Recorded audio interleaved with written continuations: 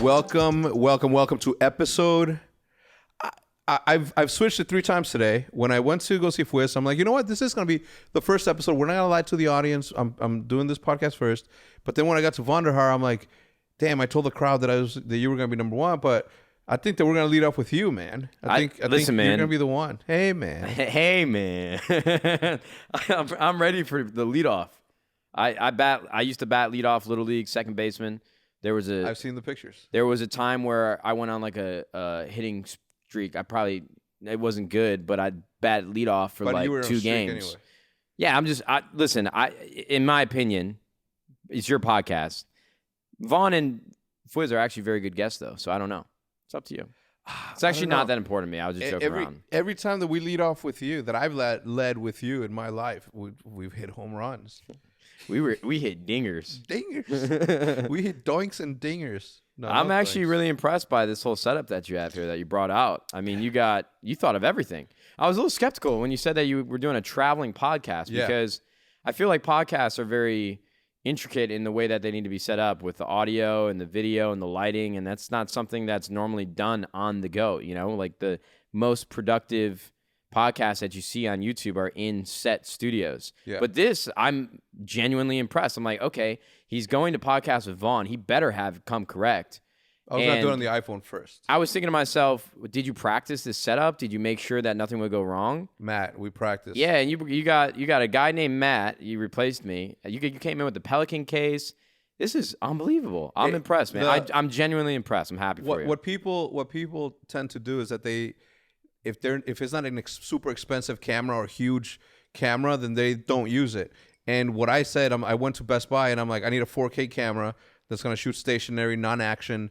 Like what's that? And they're like, this one's $800 and it zooms in super far. That one's $550. Bro, these are the webcams that I used to use back at the OpTic house. Yeah, well, you used Canon. These are Sony's, but the exact same thing. But I was able to get 2 cameras for the cost of one of the big ones that the ones that you used to use. So I just figured, I'm like, oh my god, I'm just gonna get right now we're using my vlogging camera for the wide angle, but yeah, it's not hard if you sit down and we practice. My brother and I sat on a couch. Actually, my brother and Matt sat on a couch and they started doing that while I was testing the audio to make sure that it was good. We also have lavalier mics in case we ever want to do that. With that little Zoom, you can do 6-person podcast with no problems. I have this. I have this exact amp. Because when Nick Mercs first moved out to LA, one of the things that we wanted to do was a podcast. And then obviously he just got super busy with his stream. I got busy with 100 Thieves. I mean, I literally bought a table for it. I bought 2 microphones, the arm stands, the amp, everything you need for a podcast. I got it all. And then it just never came to fruition, which was a little disappointing. It is disappointing. I'm going to tell you why it's disappointing. I don't listen to any music when I'm driving. I listen to podcasts. I'm a fiend for information, and your podcast with Nick Mercs would have been fire. That dude is hilarious. Yeah, man. Yeah, absolutely. It's a good pickup. Well, yeah. I mean, I knew that there was an opportunity for him to continue to gain exposure and notoriety in this space. Yeah. I didn't know how it happened because truthfully, him and I used to talk all the time, and you know, he had these really big, adventurous and ridiculous plans about it. I really think I could be like top 3 on Twitch. Yeah. And the only, I was a naysayer, I will admit, because the only setback that I thought he would have is there's no way you're going to get that big with Call of Duty. Yeah. There's a ceiling on Call of Duty. Of course. And there's just not a market for it. There's not enough people watching it. So there's no way. It's not possible. And then lo and behold, Fortnite blows up. Nick gets on top of it. And then when World War II came out, he got some traction with Fortnite at first. And then World War II came out and he switched back over to Call of Duty. And then probably 2 or 3 weeks later, he's right back to Fortnite. That's when he blew up. Yeah. So it's been really unbelievable to see because I don't think I can say that I was a doubter because I wanted him to be a part of 100 Thieves since day one. Before 100 Thieves was really anything, I wanted him to be a part of it. And so I knew that there was something there, but it's all props, praise, and success that he has earned goes to him. Yeah. Because he made it happen. Yeah. It's hard to pick and choose or to make an accurate, like, he's going to make it or he doesn't have it. Because you just never know who's going to click, man. I mean, how long did it take Ninja to get where he's at, man? Like, he's been grinding, streaming since 2011, I think. Yeah, he's been a part of the gaming industry for a very long time. He was a Halo pro for a while. He streamed that. I mean, Ninja is a super interesting case because he actually started to blow up a little bit with H1Z1. Right. His gameplay and his tempo and the way that he approached that specific play style, it really helped him shine. And he started to gain traction. And then if I remember correctly, PUBG came out. And for whatever reason, I mean, he was a champion on that game. He went to an event and won a PUBG tournament with a team, with Luminosity. And I just don't think his audience enjoyed him watching him play that game as much as he did. But then Fortnite came out, and I mean, the rest is history. But you're right; it's not easy to. Thank you, Maddie. Maddie's not only the producer, but he's also the. Hey, make yourself one as well, man. Come on now. Cheers, man. He's not. It's good Cheers, to see you. Brother. Appreciate you having me on the podcast. In case you guys are not watching, I guess you're listening instead of watching. We're here with Nadeshot in Nadeshot's apartment. Which is very nice. It's got Christmas lights. Before we went live, he had Santa Baby. Santa Baby. How often do you listen to that once? Because you do that really good. That song specifically, I actually don't listen to a ton. I listen to a lot of Billy Joel and Frank Sinatra. Yeah.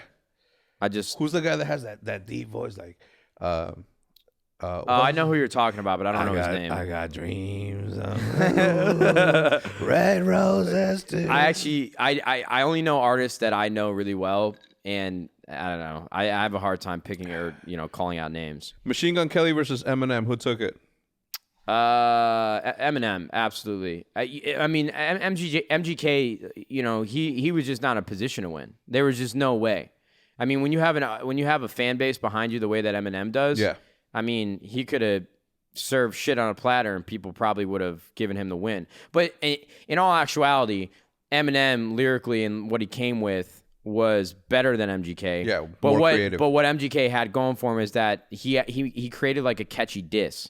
Like, I'm sick of those sweatsuits, and then let's talk about it. Let's talk about it, yeah. Yeah, like he had a chorus on a diss, which you don't, like, and you can tell me because you know battle rap a lot better than I do, but normally I don't think you have like a chorus, 3 verses, like an actual track. No, I think Drake was one of the ones that made it popular to have like an actual song, like with back to back. Yeah, like I think that he set the tone for that sort of that. I agree. I think that no matter what Eminem would have came up with, he would have been like the praised one. And the thing that I liked about Eminem is that he didn't even try. Like, if you look at what he said, there was no complexity, and he can get complex. There was no true complexity, like, but the shit that he was saying, like when he started talking about, you really see the genius behind it. When he was talking about, like his bowl, he's like, "What you got in that bowl?" Yeah, I'm about to take a shit in it. Yeah, I mean, I'm about to shit in Cheerios. It's unbelievable. You know what? It's funny that you say that because I went to the YouTube comments as well just to see how people were receiving it. And that was the thing that actually resonated with me, or what you just said, is that you could tell he wasn't even trying. His ability to rhyme and his level of lyricism and to use metaphors and really have like bars that go over your head unless you go on like genius.com and really see what he was saying. There wasn't a ton of that in diss. Nope. And it was actually really surprising too for Eminem to come out with a diss track, especially with somebody who is...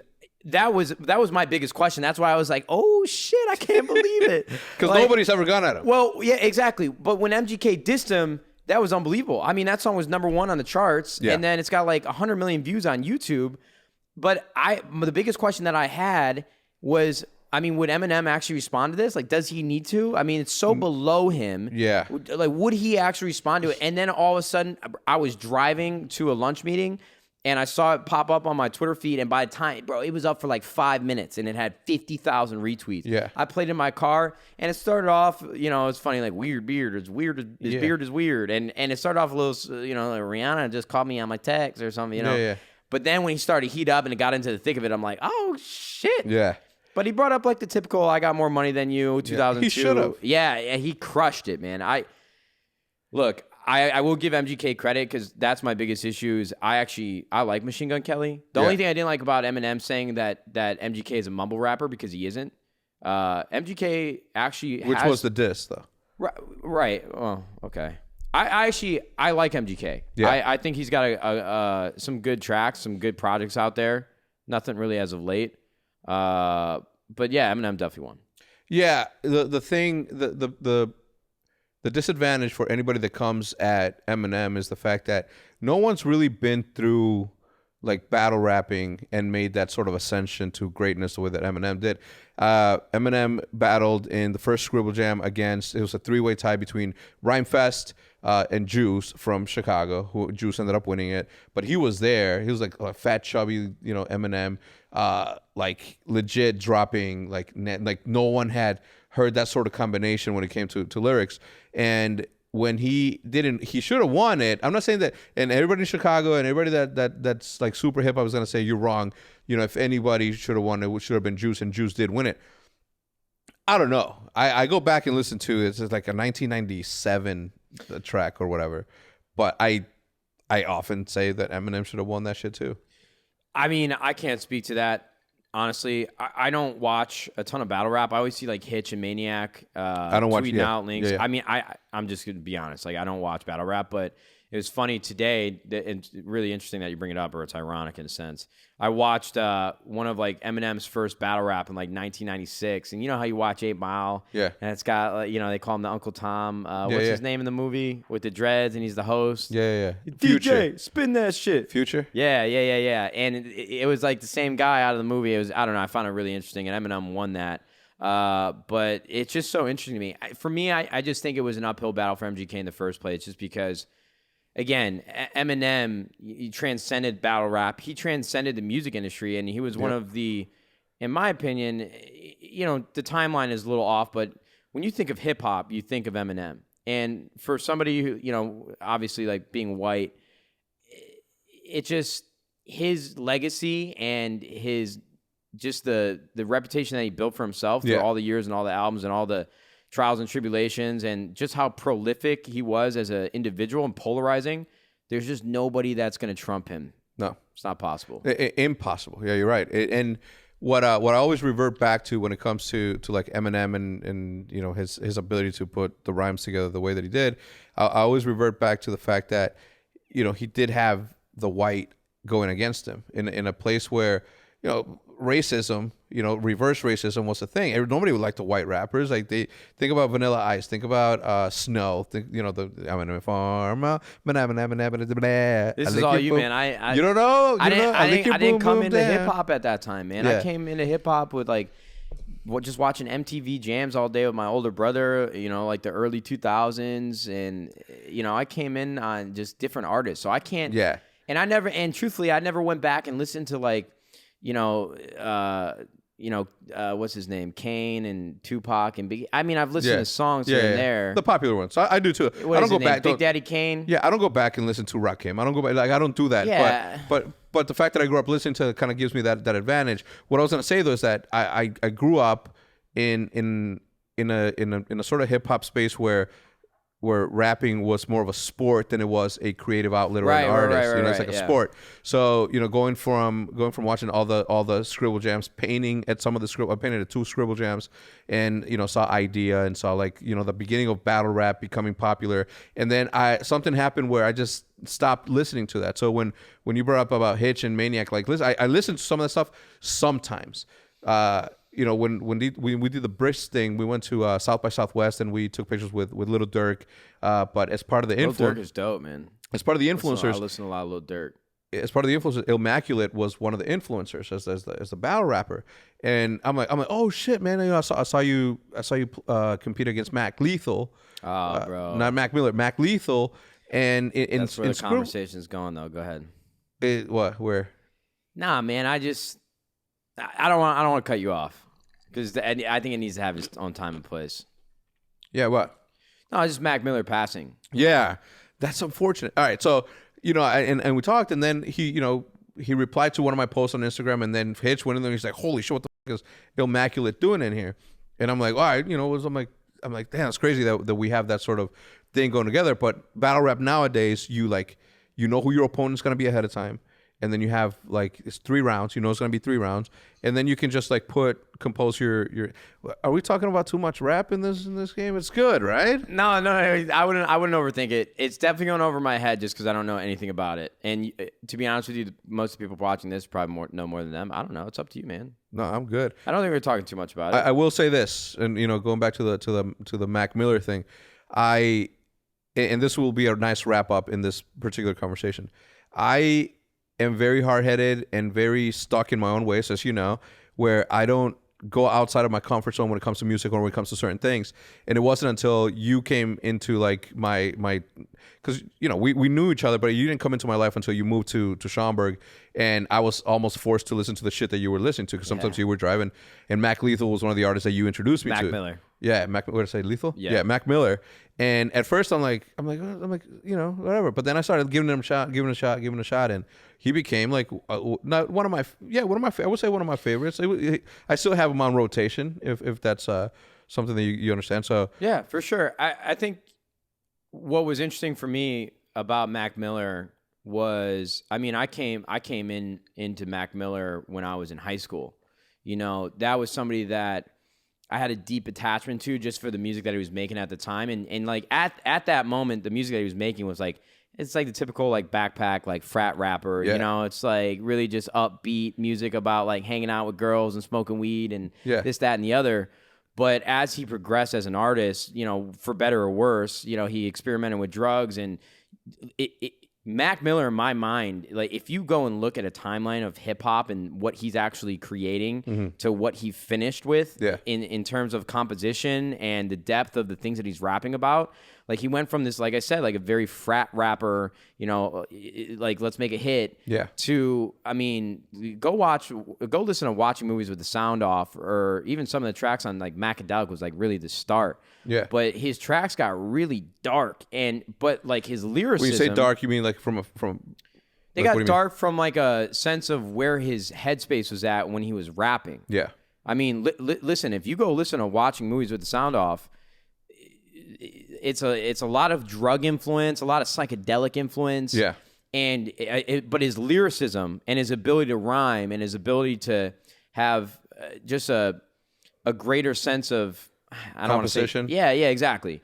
It just got so much better and better and better and better. And it just hits me so. This is actually probably one of the first celebrity passings and that really affected me. Yeah. That really, really bothered me because Mac Miller was like in my top 5. I talked about it all the time on social media, and I'm not talking about it to bring up the fact like, oh, I listened to Mac Miller before. And yeah.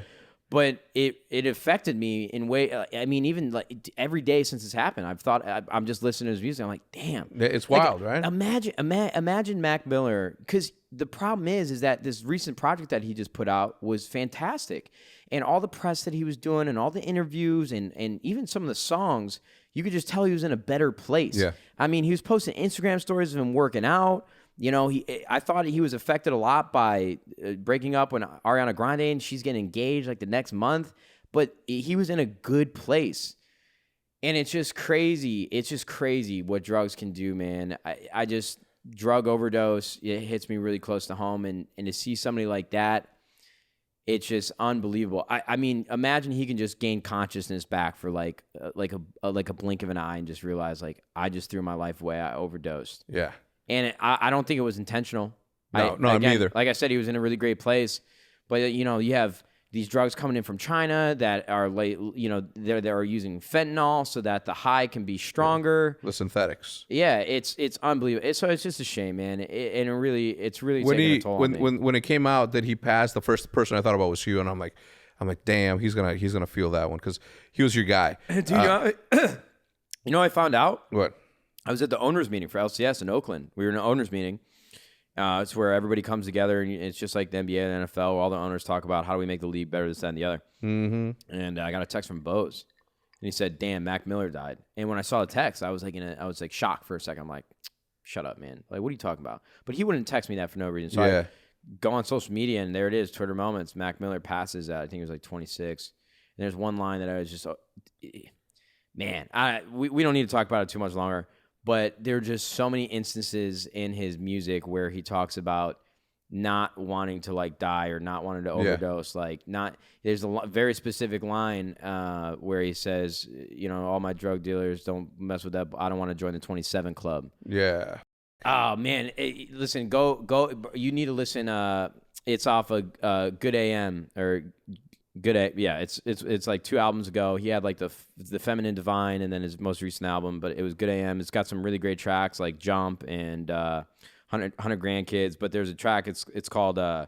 It's a 2-part track. The first half is like a normal song, and then the second half it transitions where it's a voicemail from his brother, and it's his brother like, "Hey man, just checking in, love you, hope you're doing all right, and I'll talk to you soon. Godspeed." And then Mac just jumps into like, you know, I thought we were going to make it with all my homies. I thought we'd be partying, and just life isn't what it seems. Yeah. It didn't turn out the way that he wanted to. And then he said, and you should go listen to it. I am. It's got Godspeed. Yeah. Mac so my favorite white rapper, well, not my favorite of all time, but my favorite battle rapper, his name's Idea. What's up, man? Can we call the bartender Matty? Yeah, we should have got a bell. Yeah. Yeah, you're the homie, man. The Thank homie you. Matt. Thank you so So much. you're doing more work than that. Yeah, so. make sure you get enough ice in there. You're the man, dude. I'm gonna watch him as he makes it. All right. So my guy. I like this man. Yeah, Idea. You got a can-do attitude. Because he can. He's a Mexican. You know what I'm saying? He's like, I'm the can man. Because anybody can get it. It's like Americans, Mexicans. Adrian Broner, man. Yeah, that's plenty. Oh, that's almost too much. That's pour a little too bit much, of, man. You're making a slushy? Yeah, pour that little bit of that out, bro. We gotta have enough ice now. Bro, I saw you without any ice. No. Put it back in the freezer because we need to make sure we have enough ice for the rest of the drinks. Anyway, so I put your hand on it. So Idea, the battle rapper. Yeah, that's good. All right, yeah. That's great. For those of you listening and not seeing the visuals, we're getting drinks poured. And Matt's very particular about his drinks. Idea also passed away from an overdose. Man. Hold on, we're watching, and when he passed, it hurt me. And this was like years after I'd stopped I stopped listening to him on a regular basis. And you know, for me to see this continually happen is just wild, man. I mean, it just happened to how many rappers this year alone? Yeah, how many young man. rappers this year alone? That lean is like, how is, I don't know. It's a lifestyle, unfortunately. It's not the lifestyle. It is for rappers. I don't know, man. It's tough, dude. It really is because, you know, I actually, a lot of people don't know about this. I speak about it a lot more openly now. My mom actually passed away from overdose, and I'm not even sure if you knew that. I didn't. Yeah. You know, my mom was really sick, and my mom wasn't a drug addict. No. But she had a lot. She had a seizure while driving, and she broke a vertebrae in her back.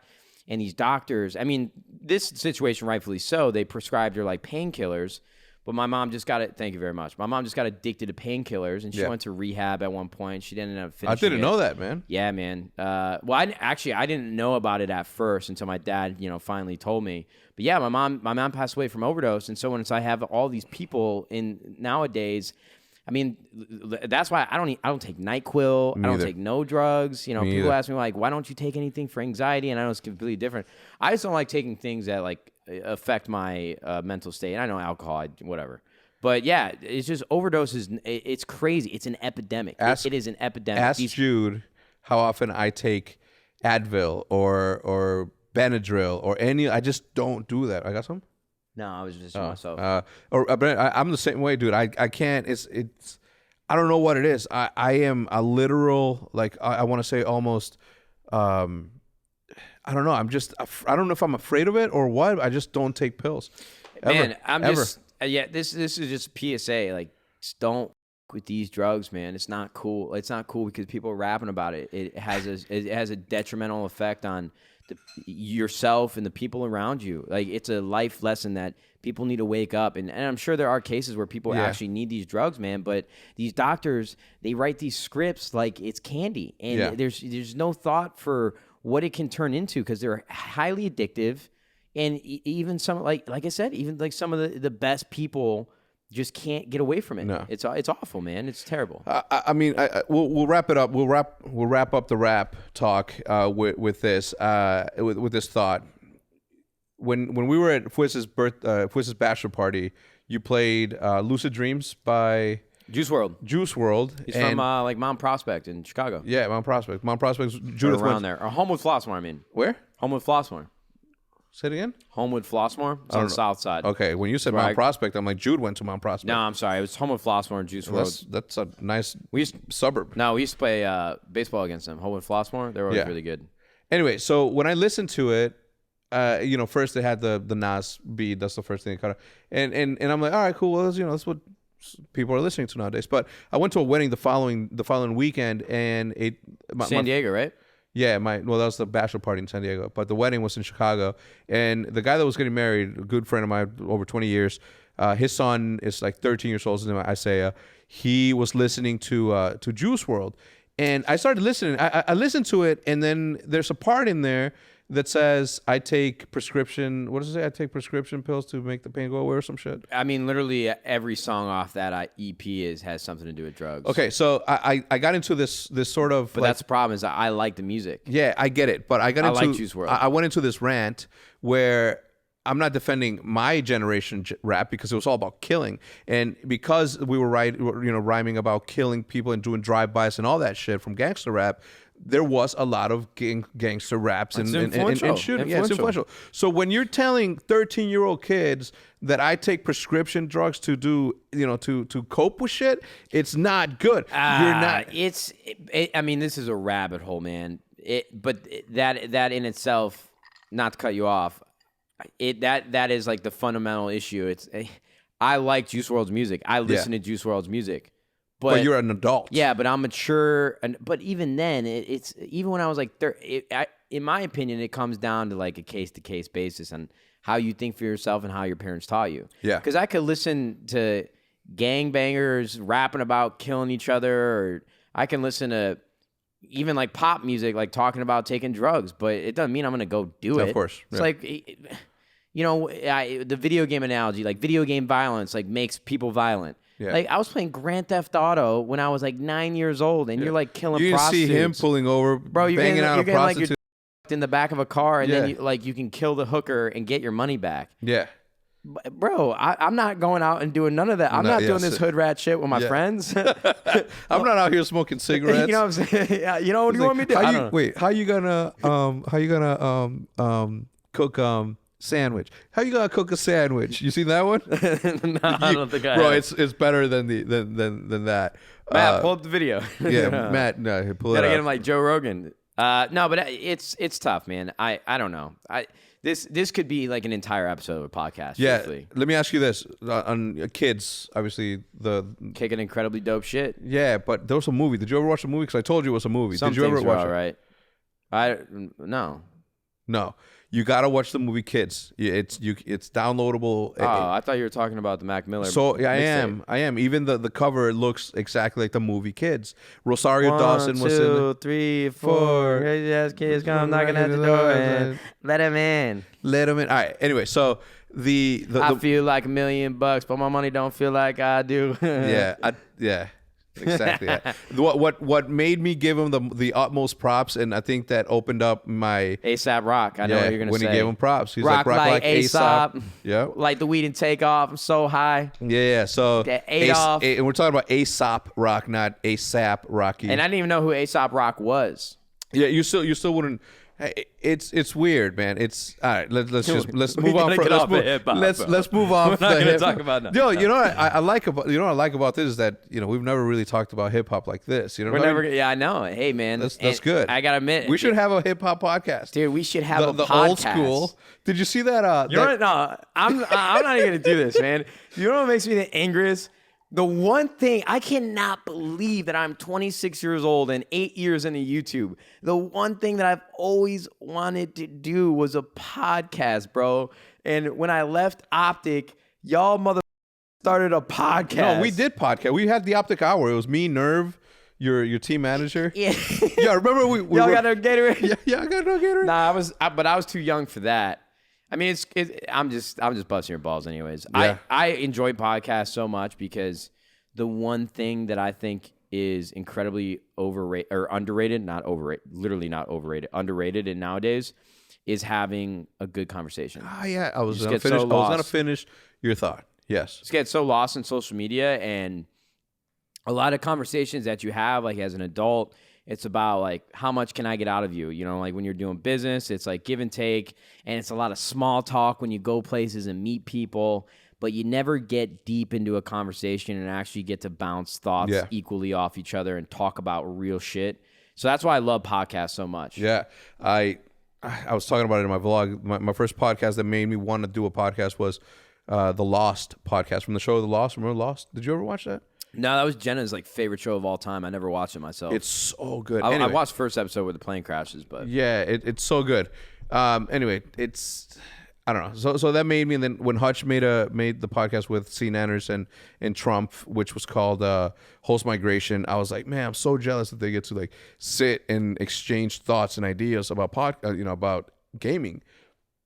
And I was just like, I'm like, man, I want to do a podcast. So we started the OpTic Hour with me, Diesel, Nerve, and whatever guests we had, and then that ended up. What? Why are you laughing? Keep going. Yo, do you want to talk about the laugh attacks that we had at Fwiz's wedding? Oh. Bro, Jesus Christ. It wasn't even that fly that flew on the back of his head. Oh shit. All right.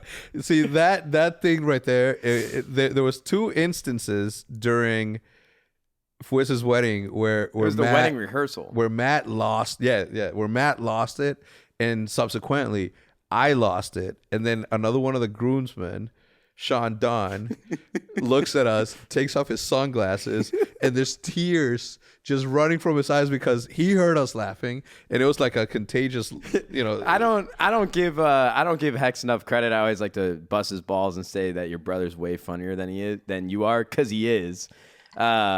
But you know what? I don't say this out loud enough, but I think it is unbelievable how you and I met and how well we actually get along. You know what I'm saying? Hell yeah. Through everything we've been through, you're still one of my best friends, your family. But whenever we're around each other, I laugh more than I ever do around anybody else. So do I. Like, your sense of humor is just right in my wheelhouse. So I'll start laughing, and then you'll start laughing because I'm like having a panic attack because I can't breathe. So the first one was when it was the worst time to have it. So it was rehearsal. We are at the altar. And then the bride's walking up, and there was this fly that came in from we're all in line. Came out of nowhere, and then hit the back of Fwiz's brother's head, and he's got like gel in his hair, so it's really spiky. No, you're way funnier than me. You tell it. So I'm like, and we're quiet, and when you're quiet. Like when you're in class and then they tell you that don't laugh, and where you're like trying not to laugh, like everything becomes like 10 times funnier because you're holding it in, so it intensifies. You get higher off the endorphins or whatever. Endorphins. you get high of them endorphins. So I'm like, he looks at me. He's like, "Do you see the fly?" I'm like, "Yeah, that shit went." And then got impaled on his head. He got. They won't understand it, bro. But anyway, I painted the picture so well of this. This fly literally got impaled by his gelled hair. That Matt starts losing it. Right, he starts dying, crying, laughing, and it's like a quiet one. Like you can see him, like you can see his shoulders move up and down, and hear the right. And then so I start laughing. I start crying. I'm laughing, and we're like, everyone's looking at us. Their parents are sitting right in front of us, and I'm like trying. Oh no! And the worst part about it is that the pastor of the wedding was the bride's father. Kayla's like father. He was doing the wedding. He was like 5 feet from us. Oh man! And I'm just laughing. I turn around and I see DJ Wu and Lester, and they're just like confused. Judging us. It's like, what's wrong with Matt? And I'm like, I don't know. Anyway, we laughed our asses off. And then later that night, we went out to dinner, and then the pastor, Kayla's dad, Ryan's or Fwiz's father-in-law, who's a pastor. Right? We've said it 5 times to paint the picture. Who's a pastor, starts doing a a prayer, you know. Come on, no good. No. Yo, we gotta, take a right turn. We just took a left. Yo, don't go down that one. No. Let's reel it back in. Anyway, so that laughter, the laugh attack was worse than the first one. Oh man, I'm wiping tears from my eyes just thinking about it. And to be honest with you, I just feel like nowadays, like especially when you get older, you don't ever have like those laughing spurts. I don't even know what to call them, but uncontrollable laughter. Yeah. That's not something that you can just fake or make up. It has to happen just by itself. And I haven't had one of those, like a deep belly laugh where I can't breathe. Yeah. And you need those, man. I know everyone's in the comments, "Oh, smoke some weed." Yeah. Anything I ever say, this is one bone I got to pick with the internet. It's like anything I ever say that's wrong with me, like, dude, why don't you just smoke some weed? I'm like, this is not gonna work. Like, hey, man, I really appreciate the advice. And there are things that can help with, but Jesus Christ, why is everybody's like a witch doctor nowadays? Like, hey man, are you dying? You should smoke some weed, man. It helps. You're gonna be fine. I mean, in some cases it does, I'm sure. No, absolutely. And for what it's worth, and I always say this on stream, I am actually a very big advocate of recreational use of marijuana and medical use of marijuana. So is my brother. Back in the day, like when I was in high school, going into college, I was signing petitions. I was pro marijuana. It could help. Didn't smoke it, but you were pro it. Yeah. Oh man. Oh shit. Let's cut. All right, so let's talk a little bit about 100 Thieves. I'm wearing a hoodie. If you guys obviously can't, if you're listening to this, I'm wearing what I didn't know about is these are actual continents.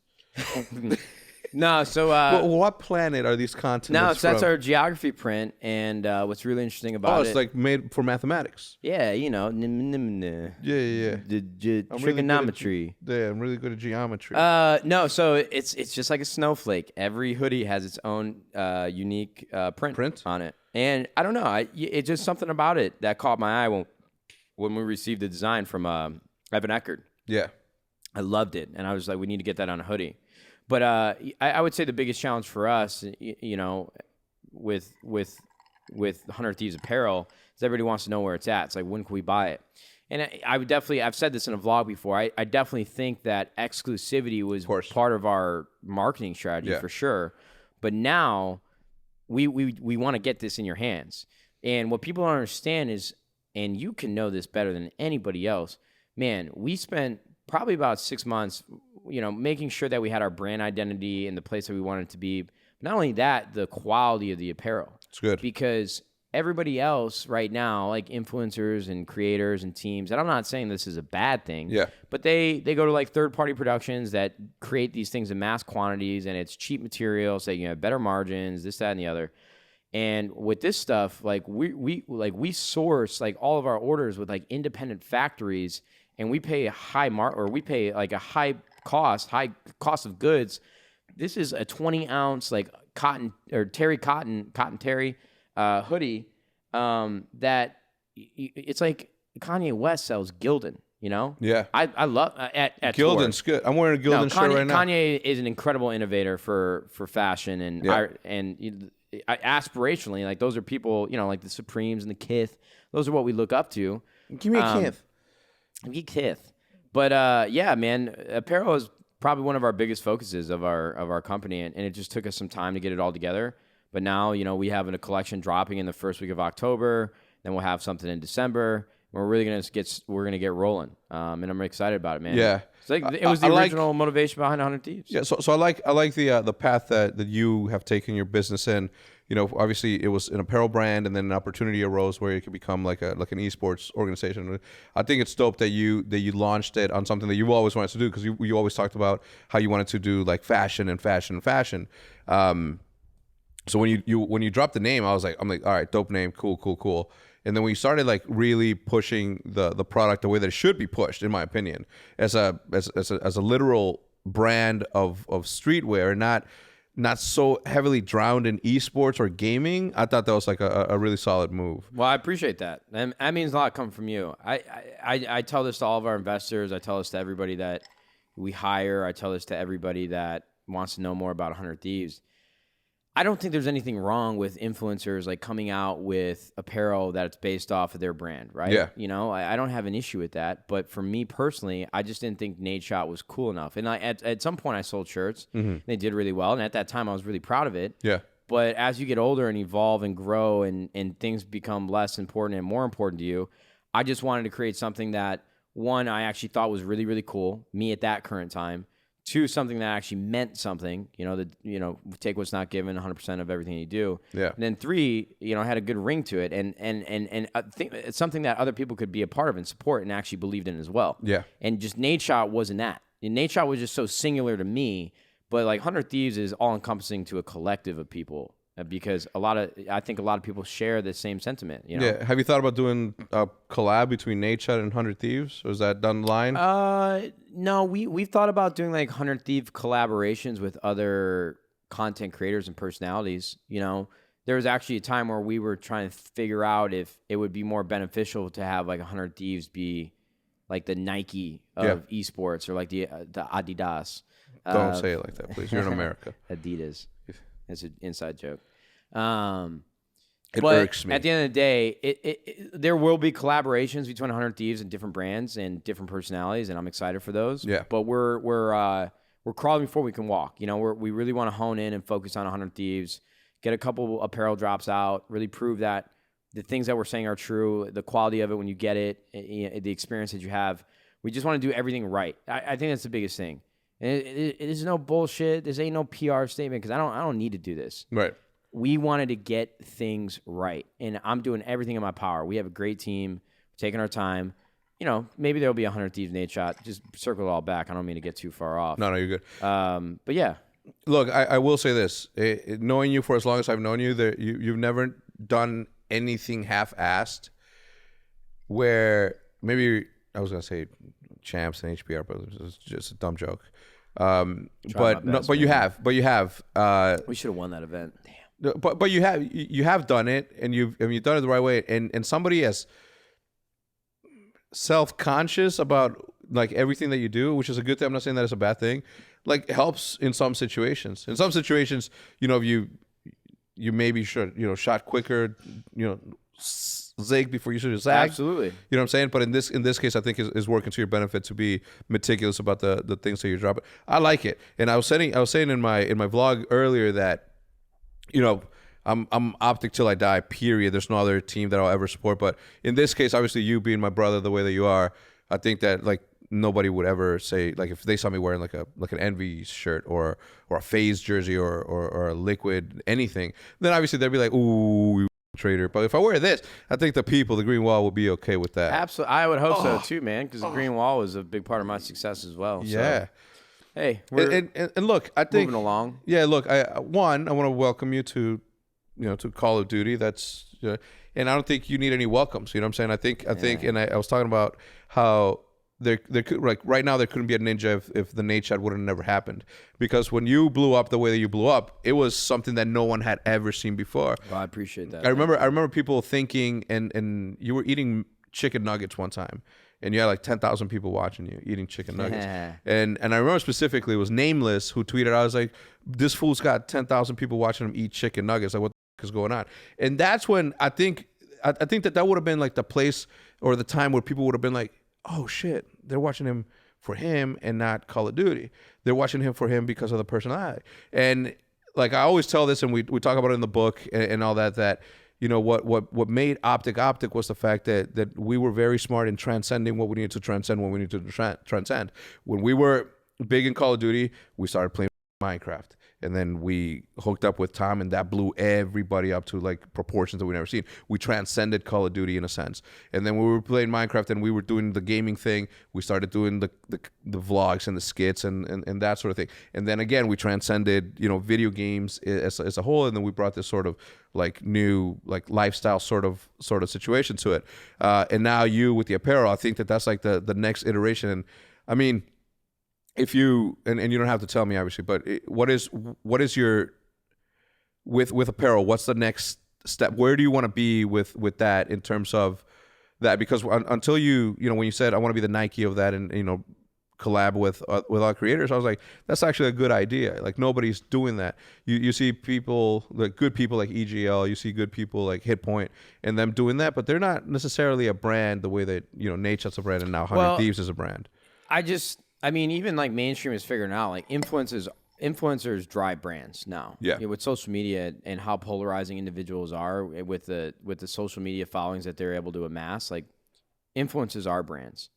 And so it's really difficult for companies like EGL or MetaThreads or any of these third-party suppliers of gear that for esports teams and individuals to like really become something of their own. Yeah. Like they're always going to be part of the collective of the people that they represent.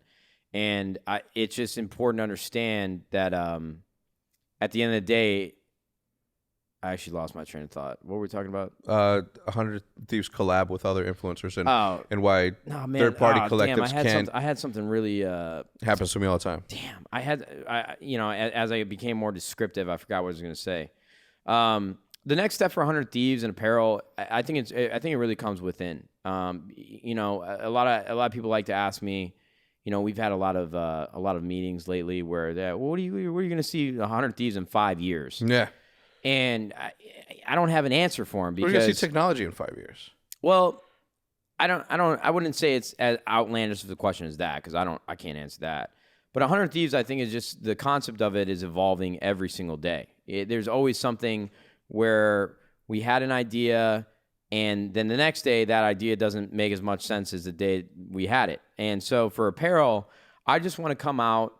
I mean, the goal really, to be honest with you, is not that complex or different. You know, I want to come out with things that I think is cool. Like that was the original mindset behind 100 Thieves. And maybe it's to a fault where it's if you go and talk to some of these fashion moguls or entrepreneurs where you ask them about fashion and they'll give you like some transcendent, you know, forward-thinking thought about fashion.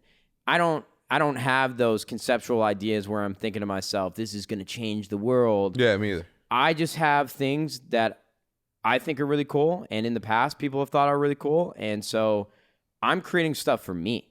I mean, and that's what I've always done. You know, I create stuff that pushes me and challenges me, and that I would want to represent myself or be a part of, and then by association, people have wanted to be a part of it in the past. Yeah, and I guess that's been where I've felt really lucky in my lifetime because everything that I've done is I'm just always challenging myself.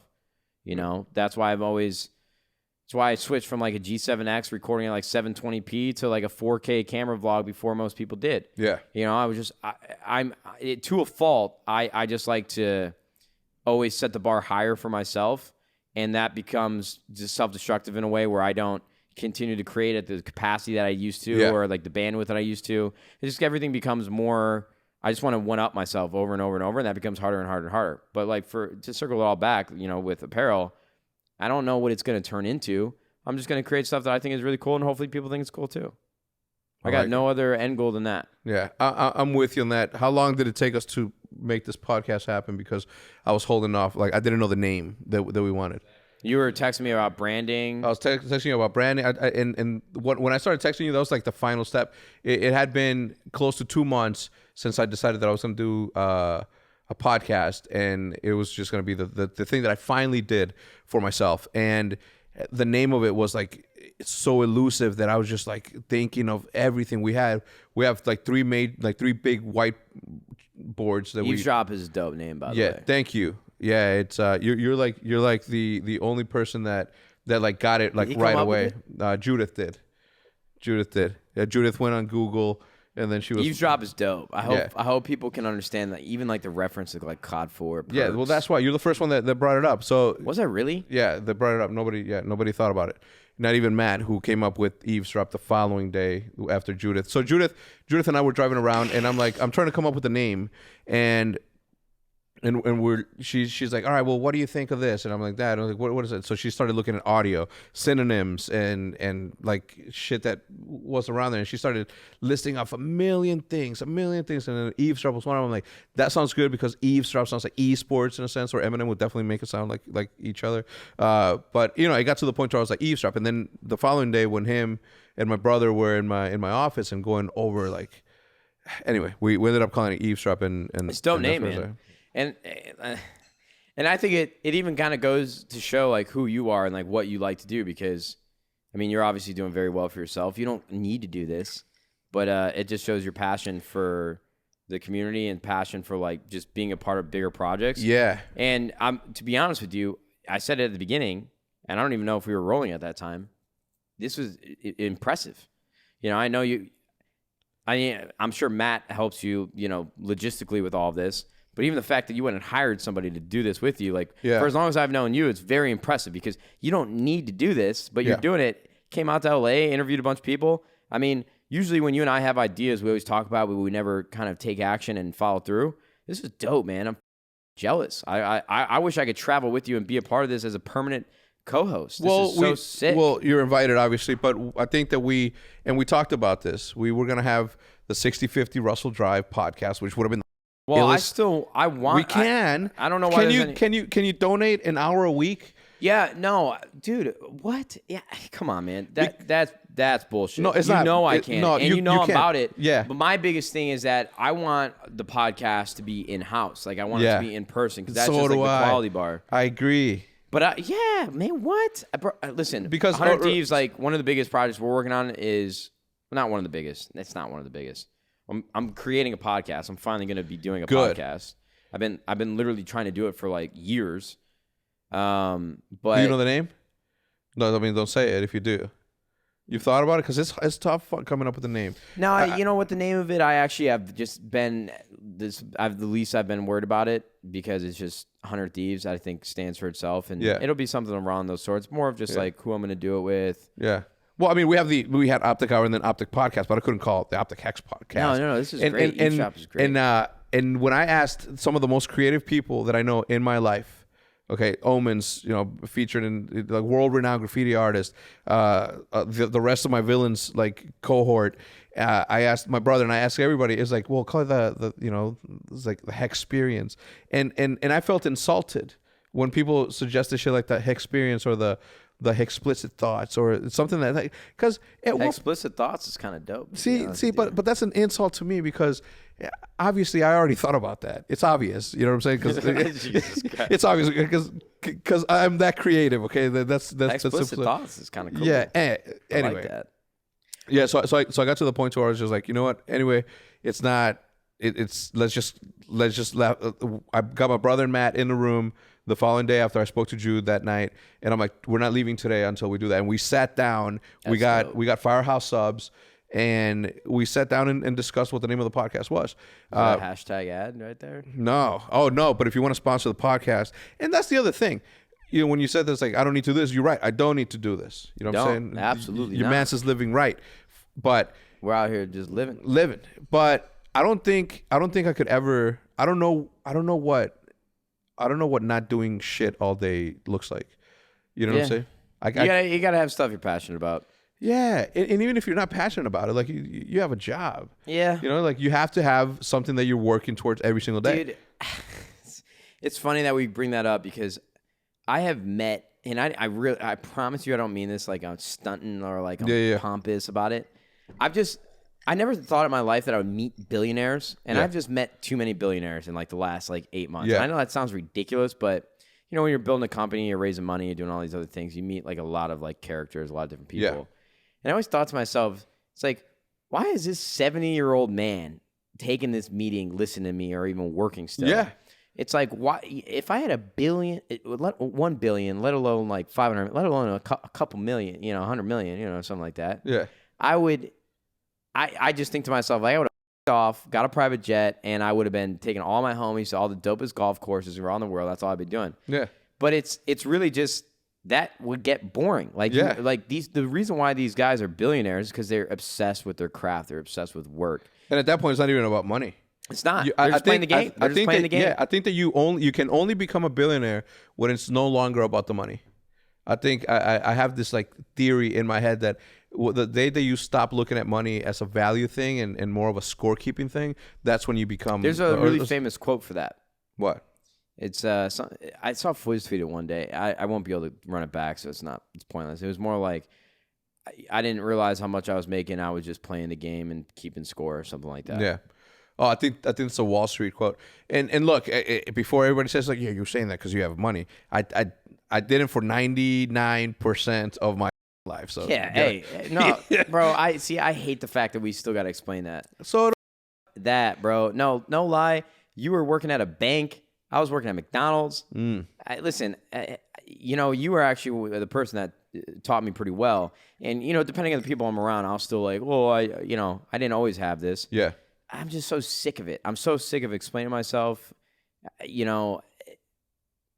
Dude, we did something that nobody else was doing. Mm-hmm. We carved a path for ourselves. We did really well for ourselves. I don't think it's something to be ashamed of. No, I'm not. Trust me. I know you're not ashamed of it, but it sucks that like every video, especially on YouTube, it's like if I'm unboxing sneakers or if I buy a Rolex or if I buy a car, like, oh, yeah, you're stunting, you're just trying to show off, you're being this, you're being that.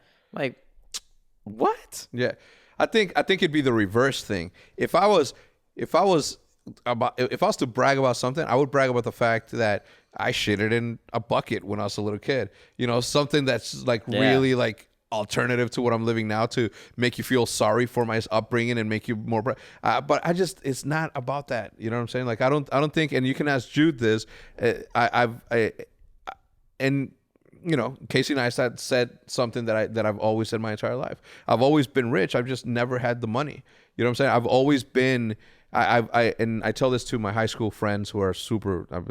They're like my friends, like the way you're my friends. I always say that my success is always trying to catch up to my ego, because I think that confidence leads you to places, and it gives you like if you're confident, it gives you the ability to fly to heights that you've never imagine that you could. And if I was in the position that I was in for the past 10 or 15 years, or even before all this, and I was in the banking industry, and I felt that was it for me, and I didn't have the confidence to push myself to do something, I would have never gotten here. Confidence is key, man. Confidence is key. Confidence is everything. I learned that in my teens, man, just like trying to talk to women. I mean, I still don't do it very well, but confidence is key. It gets easier though when you have 2 million followers on Twitter. No, you'd be surprised. It's not all that. Do you do the? I saw a meme. Was it a meme or was it an actual YouTuber that did this, or an influencer? This guy said, I often when I'm at a bar and I see a cute waitress, I ask her to take a picture of me and whoever I'm with. But when I hand her my phone, it's my Instagram. And everybody knows how to use Instagram, so I just leave it on the main page, and she sees the following, and she's like, "Oh shit, damn, 1 million followers." And then she goes to click the picture, and then she takes your picture, and then after that, she's a lot more nice, and then she there's an opening there. Do you think that's cheating? Using your who you are, your accomplishments to pick up girls? Because people use Ferraris to pick up girls all the time. Let me ask you this. How do breaks work on the podcast, bro? I gotta pee. Yeah, I was gonna commend you for I've holding had my it legs in. crossed. I've seen it. And yeah. I didn't. Go ahead. Holla, cut right now. All right, Matt's back from the bathroom break. Yeah, we're still rolling. I mean, obviously it cut. I remember this one time when you were on main stage, and I hate this about the competitions, that they don't allow players to go take a piss when they got to take a piss. Bro, that was the most legendary shit I've ever done. You've ever done. You were absolutely. Tell the story for those who forgot. So I was on OpTic Nation at the time, and I think we were playing against Team Envious. It was in Black Ops 1, and I don't remember what MLG event it was. Unimportant. Either way, this was a major event. And we were sitting on stage, and the way that my body works, and maybe some of you guys can speak on it as well, when I get nervous or when my nerves are in array or playing hide and seek. Yeah, search and destroy, especially with how much is on the line, like everything at that time, that was my world. Yeah. All I wanted to do was win an MLG event, so you're nervous, And when I get nervous or my body's like out of sync, I have to pee a lot. Like my bladder is just overactive, whatnot. And at that time, it's like you're drinking a lot of water, you're drinking a lot of like soda, you're drinking a lot of energy drinks, trying to keep the caffeine levels up. You just got to pee over and over and over and over and over. And so we were on stage in the middle of a match, and I think we were game 1. I don't remember if we won or lost, but we went to game 2, which was search and destroy. Yeah. And I told the ref, I'm like, yo, man, I got to pee. And normally it's not a problem. Yeah. But I guess they were running behind. He's like, you cannot go to the bathroom. And at that time, I wasn't really much of anything. So, I mean, even now, I don't know if I would talk to him different. But I was basically like, bro, I gotta pee. What do you want me to do? I have to pee. I'm gonna pee my.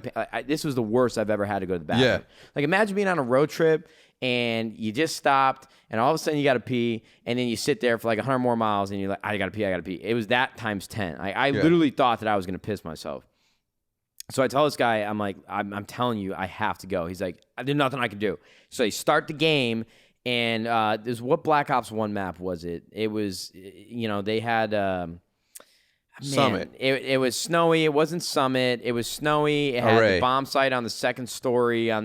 Say you're on defense. The bomb site was on the second story over here, and it had 2 buildings left and right. I don't know. Whatever. It doesn't matter. Either way, I'm complaining to my team like for the first 2 rounds, like, guys, I have to go. And they're so sick of my shit because we're trying to win this match that they're just like, just go. So I rush, try to pick up a kill. I don't, and I die. And as soon as I died, immediately I ran off the controller, took off your headset, you ran off. Yeah, I dropped the controller, took off my headset in the middle of the broadcast, ran off to the convention center bathroom, which was across the convention hall. I went and took a piss. There were like fans in there at that time. They didn't really know who it was. It didn't matter. No, they did though, because I remember clearly that when you got back or when you were coming back, some kid asked you for a picture, and you're like, "Dude, I'm in the middle." Yeah. I completely forgot about that. Yeah. So I get up to the stage, and I made it back within 1 round. My heart was beating on my chest, and I make it back to the countdown of the next round. And I'm not even kidding, dude. I run up the stairs, throw a nade. I pick up a 2-piece. We win the round. We win the map. I don't remember if we won the series. I'm not very good at telling stories, but yeah, I had piss in the middle of a match, and the ref was being an asshole. Yeah, and they still do that sometimes. Well, they're out of their minds, dude. Like, dude, listen, man, we're not making this about the broadcast is important, but so they gotta pee. Yeah, 1,000%. Especially when like talent, on-air talent. You know what I'm saying? Like that. This is what's happening, and you can't. I don't know. Take 10 minutes to let people go take a leak. I mean, give me a break. Yeah, I don't want anybody to think I'm ducking topics. By the way, in terms of what? I don't. Like Instagram and like talking to girls. Oh yeah. I don't really think that's like a thing, you know? What? I've definitely tried to. I don't know how to phrase this. I've definitely tried to when I'm like talking to a girl, like instead of a number, like go follow me on Instagram. Like I've definitely tried that before. Yeah. And there was some sort of, you got a rise out of them in some way or another, but it never leads to anything meaningful. Yeah, I don't know. I guess for me right now, I'm just not even trying to like talk to women. Yeah. I've gone out, like I've talked to girls, whether it's for like to practice or whether it's just to like, oh, that girl looks good and I'm gonna talk to her. Yeah. But I'm just focusing on me right now, and that's what I think what's most important. I just enjoy so much. I don't got to worry about anybody. I mean, I have an entire company now, so I got to worry about that. That's your. But when it's my personal, the hustle. Yeah, when it's my personal life, like if it's Saturday, do I want to talk to anybody? No. So I'll just watch Saturday football and lay on my couch and order pizza and McDonald's and do whatever the fuck I want. Like, I don't got to worry about nobody, nothing, their feelings, anything. But there are definitely aspects of the relationships that I do miss. But I've just been doing my thing, man. Well, I can tell you as a married man, and as a man that's been in a relationship with the same woman for over 15 years, I think. Yeah, for over 15 years. Huh? Well, you got lucky. I did. I did. The luckiest of the lucky, because Jude legit is She's so the best, down. dude. Yeah, dude. She's ride or die, man. She's literally ride or die. The greatest. She used to clean our entire house when we were away at events. Yeah, and she didn't even dirty, need to do that. dirty ass motherfucker, man. I still, to this day, I cannot even believe she went in there. Some of the things that were in there, brother. Oh, dude, she found like 14 condoms in your room once. Used. Absolutely not, bro. But she definitely found like crusty old paper towels. Oh, to this day, bro, I still can't believe she went in there. Did you know that? Homie, she better have like the whole suit on with the gloves and like the hazmat, the hazmat, because bitches were trifling in there. No, I was just kidding. It was dirty in there, bro. Man. Yeah, it was. She's the best, man. Yeah, 100%. And not even for those reasons. Go ahead. You gotta find someone, and it's impossible. It's like I really did get lucky. You gotta find someone who like isn't like jealous and who trusts you, like no matter what. The other thing is like I think that in my like someone as good looking as me, right, with the personality that I have, and you know I'm an outgoing dude. If you find that person that literally like knows that you ain't never gonna do better than her, and she knows that, like I think she's the confident one. If anything, he's like, ain't nobody gonna put up with your shit ever. So yeah, I did get lucky. But what helps in those sort of relationships is to find somebody that has their own life. You know, that has their own things that they're passionate about. Yeah, their own thing. Absolutely. And Jude, like before she became a stay-at-home mom, she was like a very successful, like, you know, businesswoman or corporate woman. She actually held a higher position than me in both of the jobs that we worked at together. Broke ass mom. Oh, I made paper, dog. I've been making paper. I did. I was making, and I always tell this story. And when I was doing the mortgages, right before I made the economy collapse, when I was working on mortgages, I was making like $1.30 to $1.40. Really? Yeah, on bonuses. On bonuses is what kicked me over. Oh, I remember you actually telling me those stories. And when the economy, you know, when the bubble bursted in mortgages, The Big Short. The Big Short, exactly the Big Short.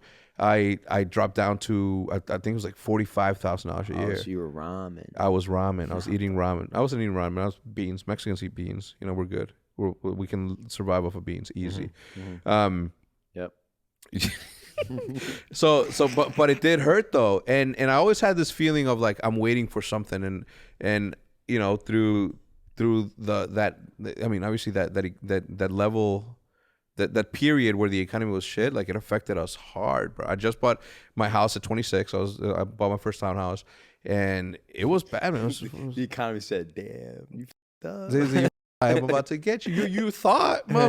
It's like you thought that you was living. We about to reintroduce you shitting in buckets. Yeah. But I know what you mean when it comes to relationships. Yeah, because I mean, I saw Jenna just the other day, and I find that situation very comparable. You know, like Jenna put up with a lot of my shit, but there's a lot of smaller things why we didn't end up working out. But you're totally right, man. You got to find somebody that actually understands you down your very core and supports that, understands that, and it's not easy to come by.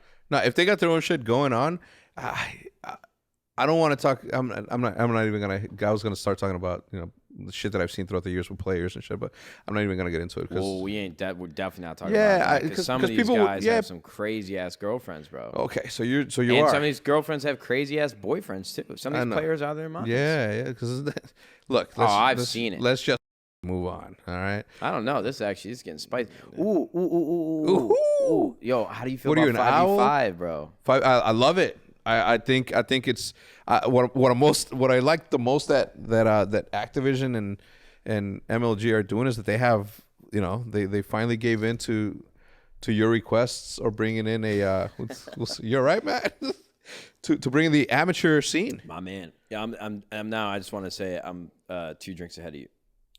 Yeah, big facts. Yeah, not that it's competition. I everything's a competition. But I woke up. I can't sleep past 6, no matter where I'm at. I woke up at 6 this morning. I saw your Instagram story. I don't understand that, bro. I cannot. And then what sucks is that later on the way here, you saw my eyes. They were super. Still red, by the way. No. All right. I was so tired, man. I fell asleep for like 10 seconds in the Uber ride here, and I was just like, the Uber ride here. Whoa, wait, I don't drink Bacardi. What you doing? He's a millennial like you. My man's off the shits. Yo, I can't believe you almost went there. Actually, my ex-girlfriend introduced me to Bacardi Cokes. Not even you. Who? We ain't bringing that up. Does it start with an E? Yeah. Oh. The reason that I like Bacardi Cokes and I've always is because during those tough times. That's good. During those tough times where money was short.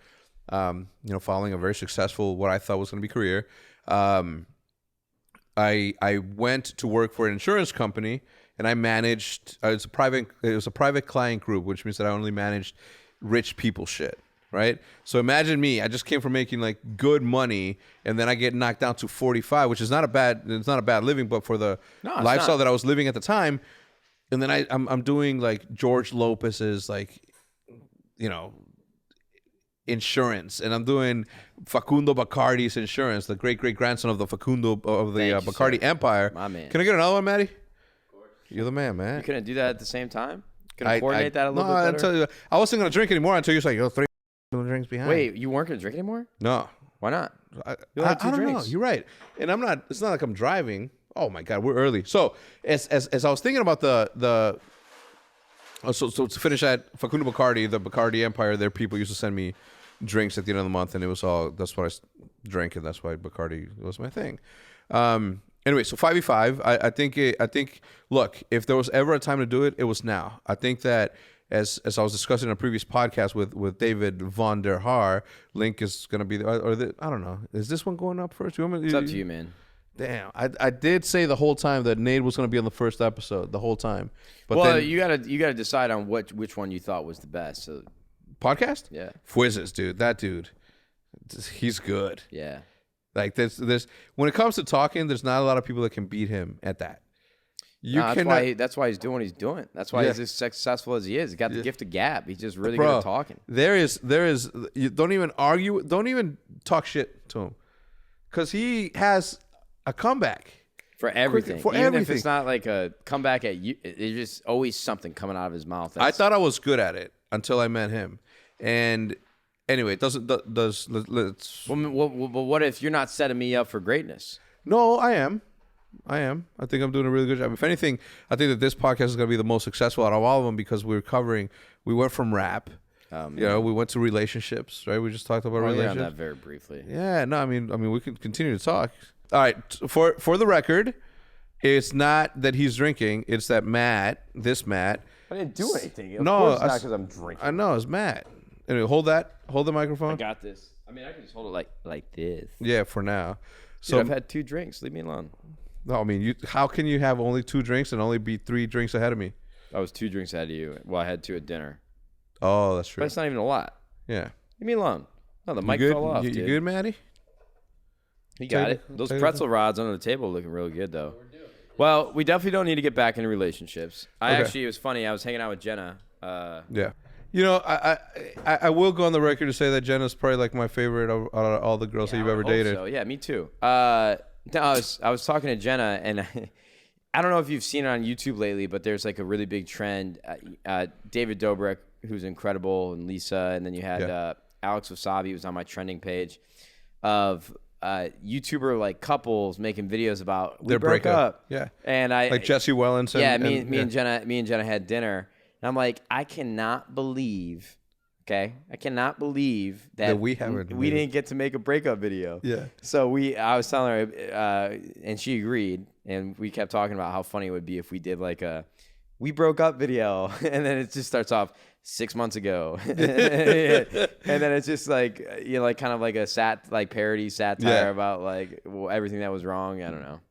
What do you think she would say that was wrong? We were just no, don't say we. What do you think she would have said about? She would probably say that I was a selfish person, which I don't disagree with. Oh yeah, I mean, I think we all are in some level. Yeah, it was more just I want to do what I want to do when I want to do it. Yeah, but that actually sounds worse than I think it actually is. Like, because you wouldn't care that if you did it. Well, no. The reason why I say that is because I'm more introverted, right? Where I mean, people would think that I'm extroverted, right? But I really like to keep to myself. Right. You know, like when I'm not on camera. Yeah. I don't go out of my way to talk to people. No, I mean, look, your complexion is your complexion for a reason. Absolutely. You don't even go outside. Absolutely. And so, like, most of what I enjoy doing is like staying home and watching a movie and like ordering food. Yeah. Right. But Jenna was like very outdoorsy. Like she wanted to go hiking. She wanted to go out and try new restaurants. She wanted to go do all these things.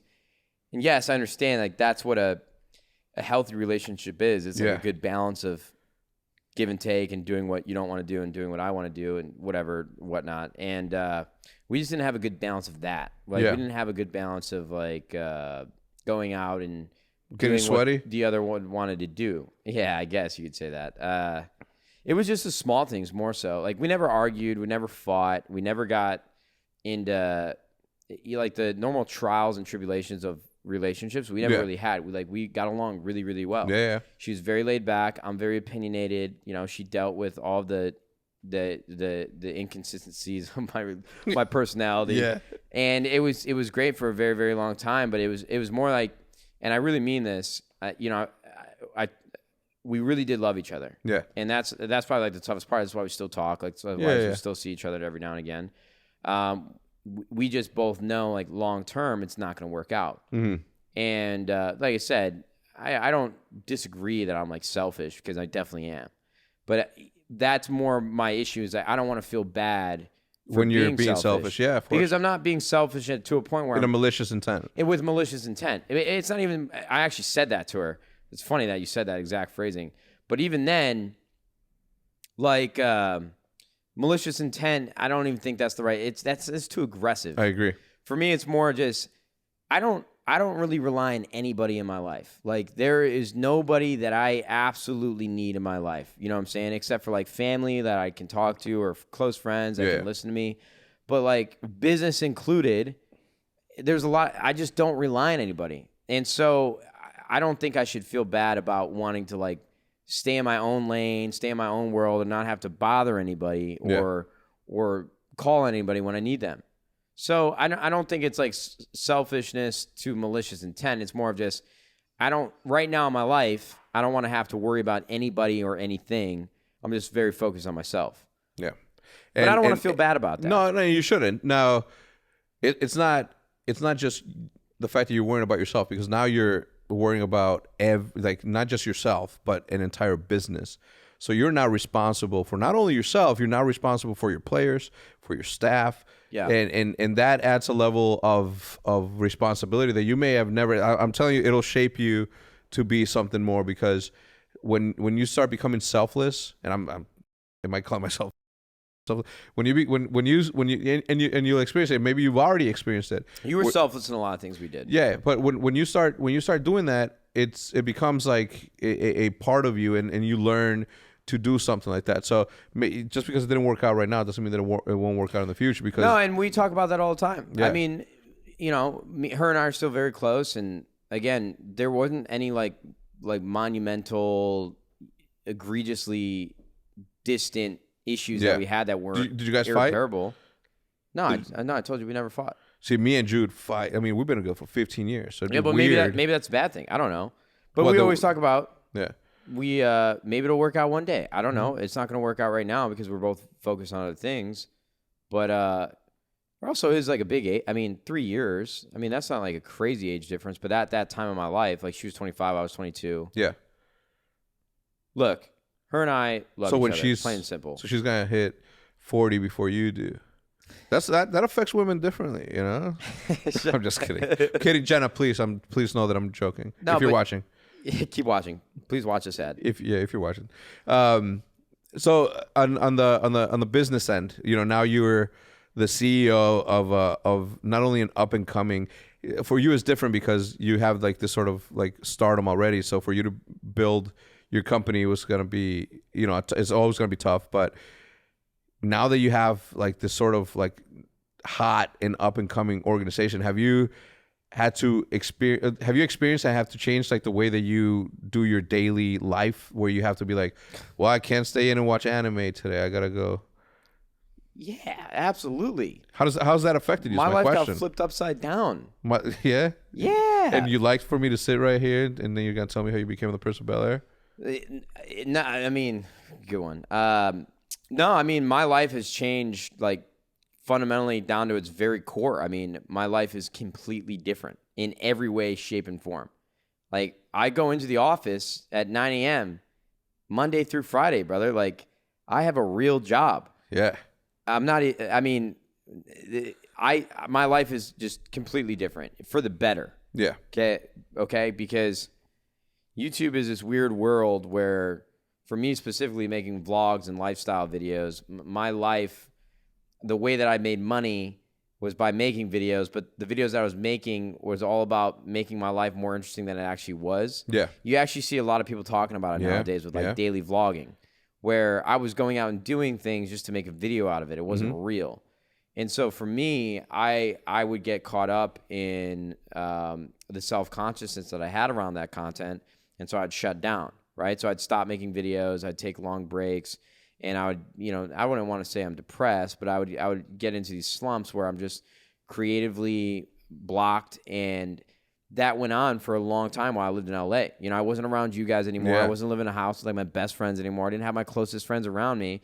So I was living on this island in LA, and it affected me in a lot of different ways that I never thought it would. Yeah. And so now my life is just so different because I have an entire company that depends on me to be a certain way, or to be a certain figure, or to be a certain contributor.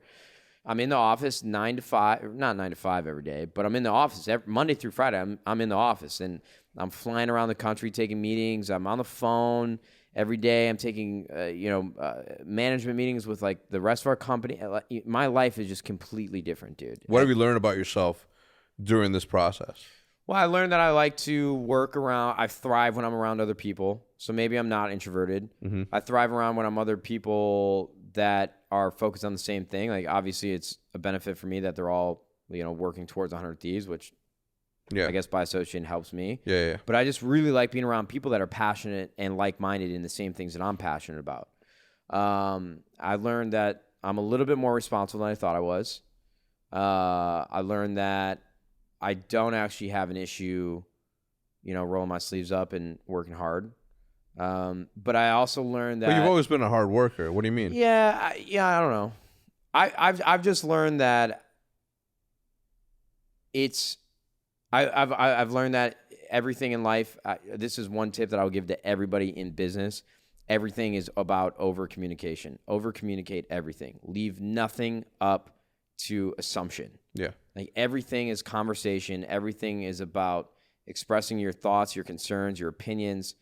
I've learned to communicate a lot better as a businessman. But I'm also learning a lot from my team because I'm surrounded by really, really smart people. And that's one thing I'm grateful for. Our company is comprised of, in my opinion, like the best talent in esports. We have a tremendous team that has different backgrounds, whether it's traditional like esports teams or like non-endemic like venture capitalists, knowledge about building a business, scaling a business. I'm surrounded by like a lot of good people that I'm learning a lot. But yeah, I mean, like down to the very core, my life is just, I mean, it happened over time, so it didn't seem like it was like this crazy transition, but yeah. Dude, my life is crazy. I can't believe how different it is. Yeah.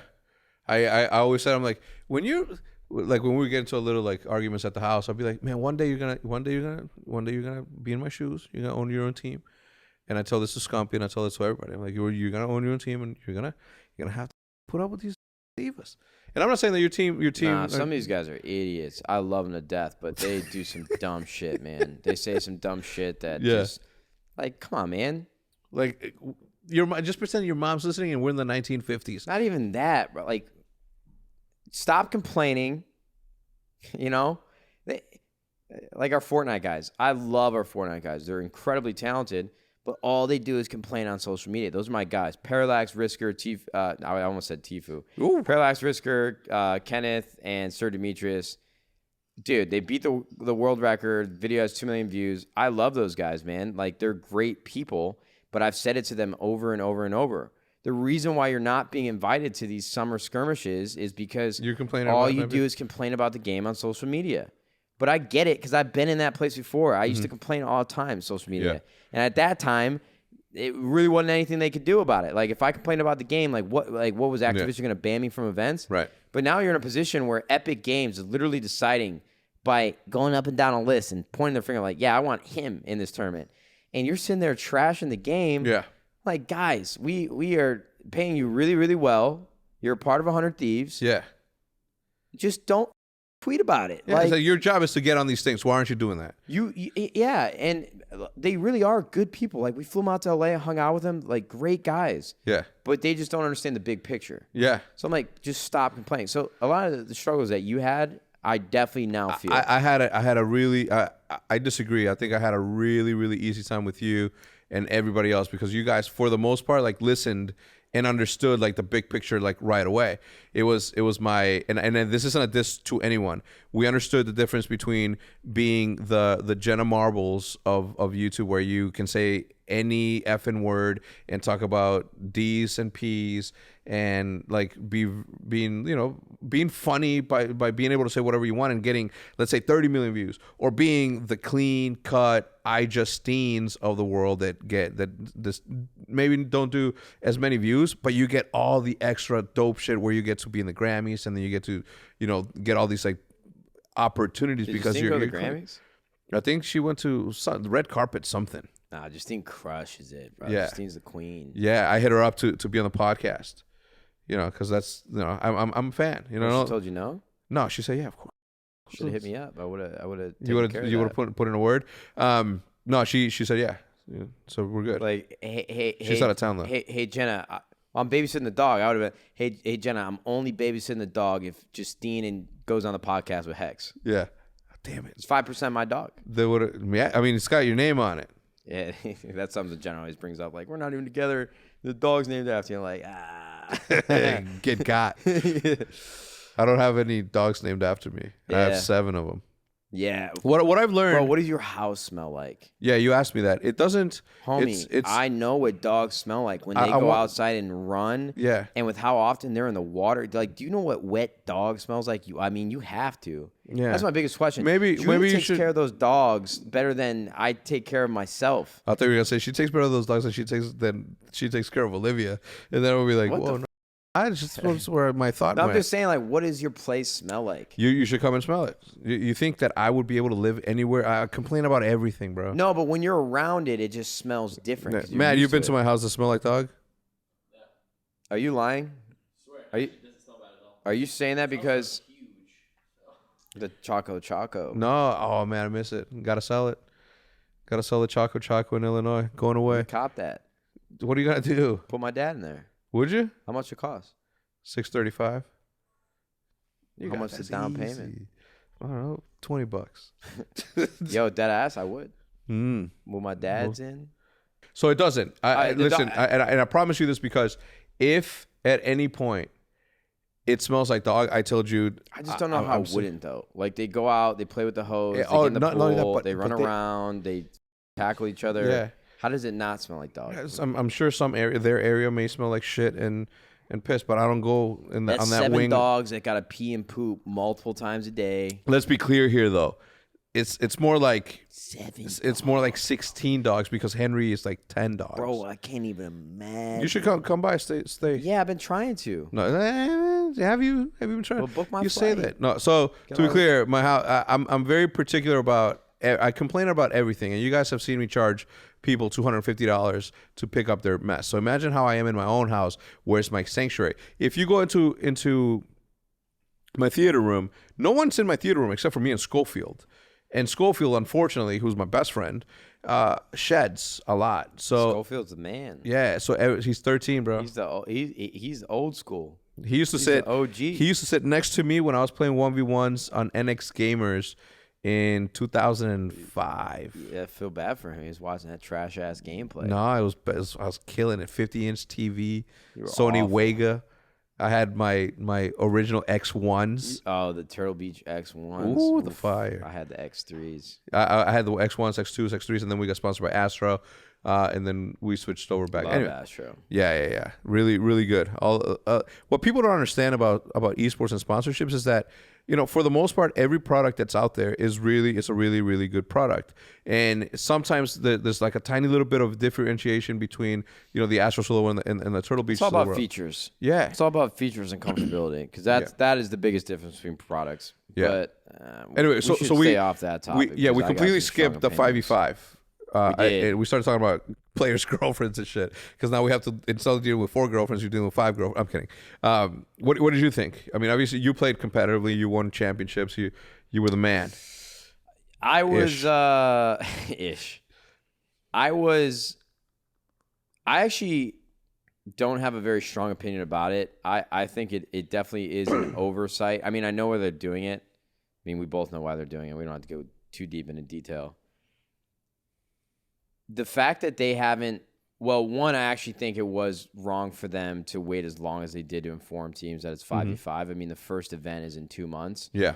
And there are teams, a part of the Call of Duty esports ecosystem, that will collapse because right now it's a mad dash for all the talent. Yeah. And there are going to be some really stacked teams and some really some prevalent professional teams that they just won't be able to compete and they won't even be able to pay the salaries. And so there should have been definitely more transparency that they were moving towards 5v5.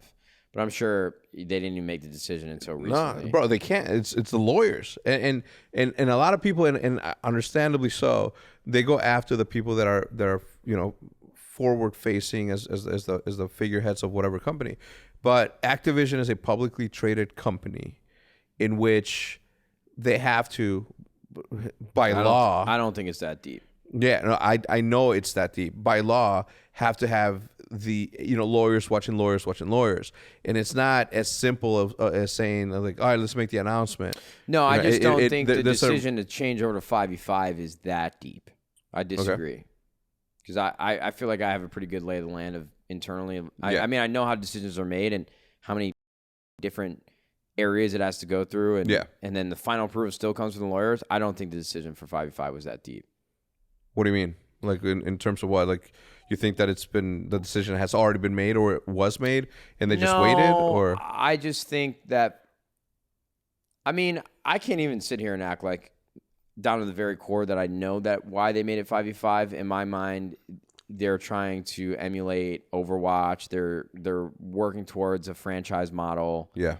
And 5v5 is now considered to be across esports like the universally accepted player count. I just think that, one, I don't think players should be as skeptical as they are about it. I think they should try it first. I mean, they have to now. There's no other choice or decision that they can make around it. I think it definitely adds some more storylines. But down to the very core of gameplay, I definitely think it'll be a lot more hectic. I think the one thing that Call of Duty had going for it from a spectator perspective is that it was digestible, it was consumable, it was really easy to understand in most cases. Yeah. It's like Overwatch. I mean, the reason why we didn't invest in the Overwatch League is because from a spectator perspective, I think Overwatch, unless you play it, it's very hard to understand and know what's going on. But like for Call of Duty, Search and Destroy. You don't think 4v4, Call of Duty is just as confusing as that? No, I think it's, well, I say that because I've been caught cheering for I see I play it, I'm like, yeah, and it's the wrong team, and then I bring it in. There's definitely a barrier of entry for both of those things. Yeah. But I mean, Overwatch, incredibly fast paced. Call of Duty, more fast paced. World War II actually wasn't that fast paced at all. I didn't watch a ton of it. Listen, I mean, no, I don't have a strong opinion on it. I support Treyarch, I support Activision, support the players. Really, I don't have just say it one more time. I don't have a strong opinion about it. We'll just have to see how it plays out, man.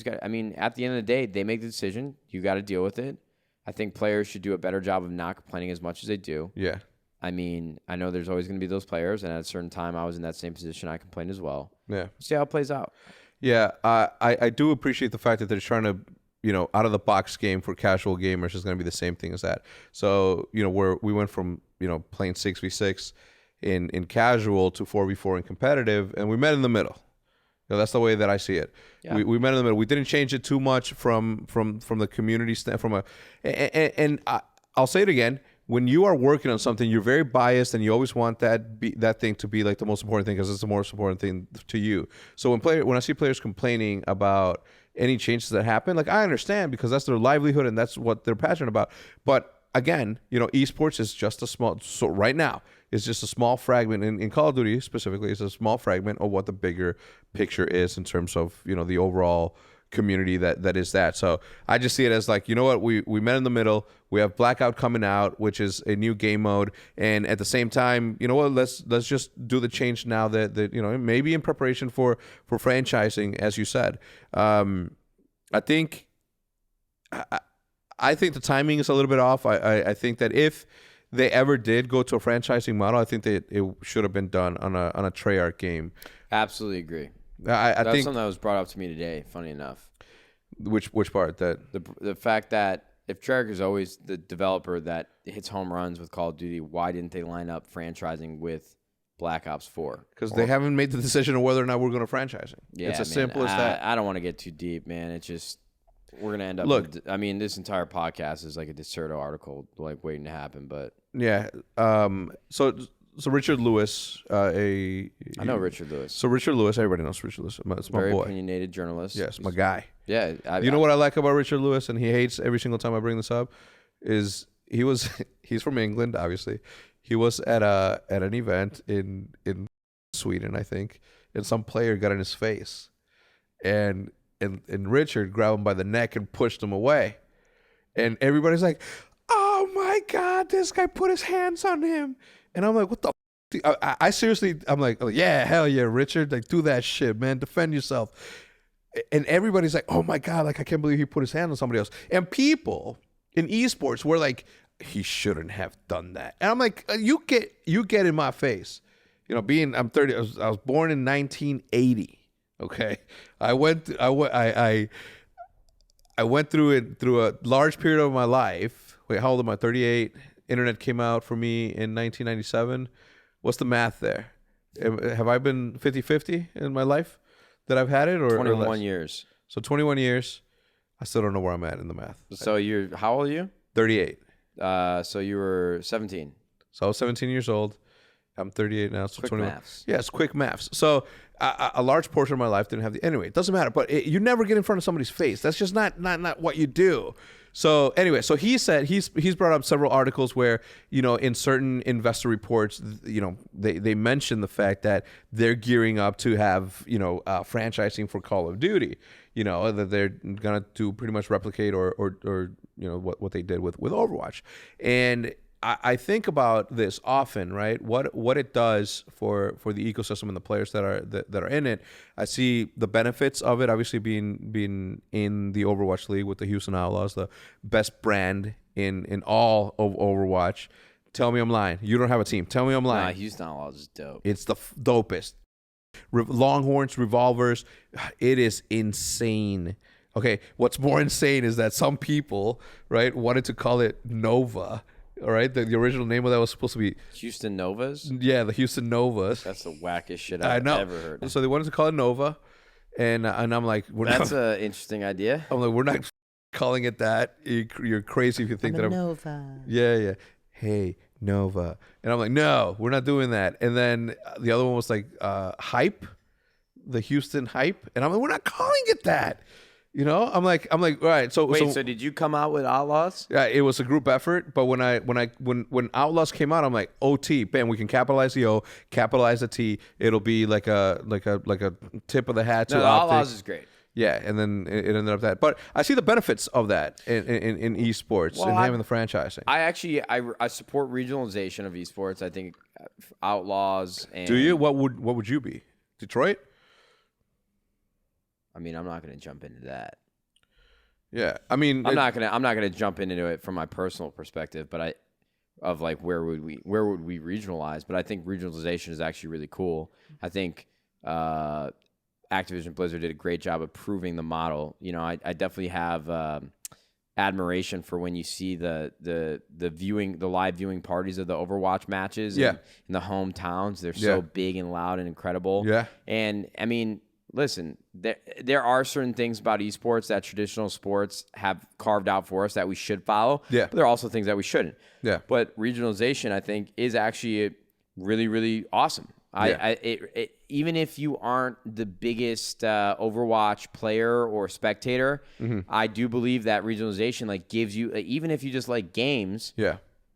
You got a friend going to a match, and it's like, yeah, it's our team. Like, let's go. Yeah. But right now, it's like for teams that don't, or for games that don't have regionalization, it's kind of just, you know, you become an OpTic fan or a 100 Thieves fan through a very, very, very specific moment or specific way. Yeah. But I think there's intangibles of regionalization that allow there to be more fans brought into esports through different transactions. I agree.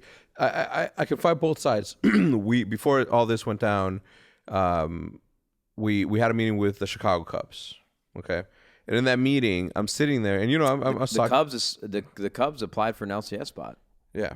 So anyway, I had a meeting with them. When did you meet with them? Sometime like a year and a half ago. Dude, what happened? Why did you do that? Well, I mean, money. I'm so jealous. It's just like that. Somebody paid more, essentially. Not only that, but I like the way that Neil rolls. Neil's one of the owners of the Texas Rangers. That dude, he rolls with it. You know what I'm saying? And when the whole thing was going down, people thought that you know, our issues were with them. It wasn't. It was like an internal thing. He gets it 100%. Anyway, so Maddie, the microphone, Matt. Oh, my finger just got crushed. My thumb. Okay. Well, good thing you don't play anymore, and it wouldn't matter. Sorry, bro. Anyway, it's all good. He'll be fine. He can mute it. Here, hold that. Wow, he's doing it. Look, I did this one. Has this one fell? And I've been moving my mic nonstop. True shit. Anyway, so as I was saying, so I'm in with the Chicago Cubs, and one of the things for real? Yeah. So for those who aren't watching visually, Matt is holding now the microphone in his hand. I'm not holding this shit. Gang, it's resting on my shoulder. All right. So what I meant, bro? You've been babying that drink. No, I'm not. Well, yeah, because I started getting really tipsy. So when I met with them, I couldn't help but to bring up the point that I said to them. I'm like, you know, the Cubs have like this very, and I'm a Sox fan, or was. I'm not a baseball fan anymore. I can't help but to bring up the fact that how many more fans do you think that the Chicago Cubs would have if it was just Cubs? You know how when Justin Timberlake told Mark Zuckerberg, just drop the, just leave it as Facebook. Yeah, I felt like I was saying that to the Cubs. Yep. I want to spit something like. Yeah, so when I was doing that, I thought about regionality and how regionality, is that a word? Yeah, bro. The other day, one of my coworkers, Jackson, head of business development at 100 Thieves. He dropped a word so casually in conversation, and I was convinced that it wasn't a real word. Yeah. Have you ever? Let me ask you this. Have you ever heard the word in your life, colloquial? Yes. I was dying. I'm like, yo, run that back for me one more time. Yeah. And he says some colloquial, and I'm like, there's no way that's a real word.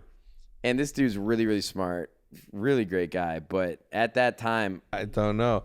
It reminds me of the word parochial. Alexa, what does colloquial mean? Colloquial is usually defined as characteristic of informal spoken language or conversation.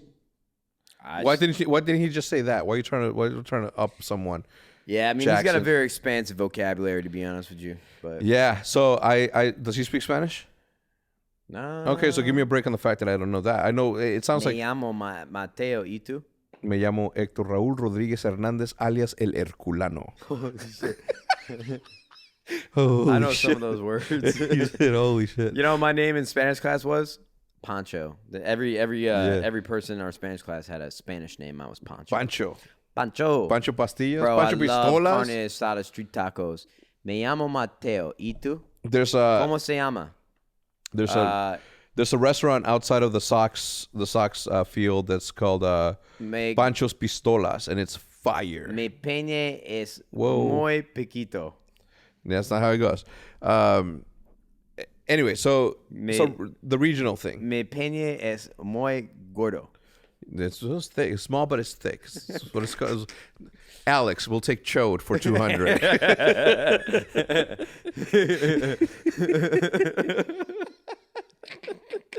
All right, so I don't know. I'm with it, and I'm not. I just think because OpTic is such a global brand, that I'm. We don't need regionality. Just because you have a CS:GO team in India does not mean OpTic is global. It's a global brand. Look at the demographic and the analytics. Can you tell me about that, please? I gotta know. Yeah, I gotta know about the Gears of War team in Mexico. I gotta know about the CS:GO team in India. I mean, look, I'm all for expansion and cultivating other communities and other regions. But I'm not there on that one. Maybe you're not the right person to ask that. No, let's just say this. Now that there's more people, there's more hands in the pot. More, is that how it goes? More hands in the kitchen, more cooks in the kitchen. Cooks in the kitchen. Yeah, now that there's more cooks in the kitchen, is more of a group effort and decision. And some of them I agree with, some of them I don't. And it's I'm not even supposed to be saying that because in my position, you don't want any of your people to feel as though they're not wanted. I mean, they're all wanted, and I like them all. But I don't know. I always believed in international expansion if done correctly. Yeah, I mean, look. Yeah, if done correctly, I'm not looking down upon it. Yeah. I guess it was just kind of out of left field for me. Yeah, it's yeah. I mean, yeah. Yes, it was. I don't know. If done correctly, I think that there's there's something there. But yeah, look, there's been we've had our ups and downs, man. These are just undeniable facts. These are the breaks. Yeah, and if I was to sit here and just pretend like everything was all hunky dory, not only would I be doing a disservice to my podcast, which I love already, Eavesdrop. but also like you're not fooling anyone. Everybody can see that there was discord amongst us. But yeah, look, it's more chefs in the kitchen. And, how about them Bears? They're just as bad as the Cowboys. I literally moved from a place who has.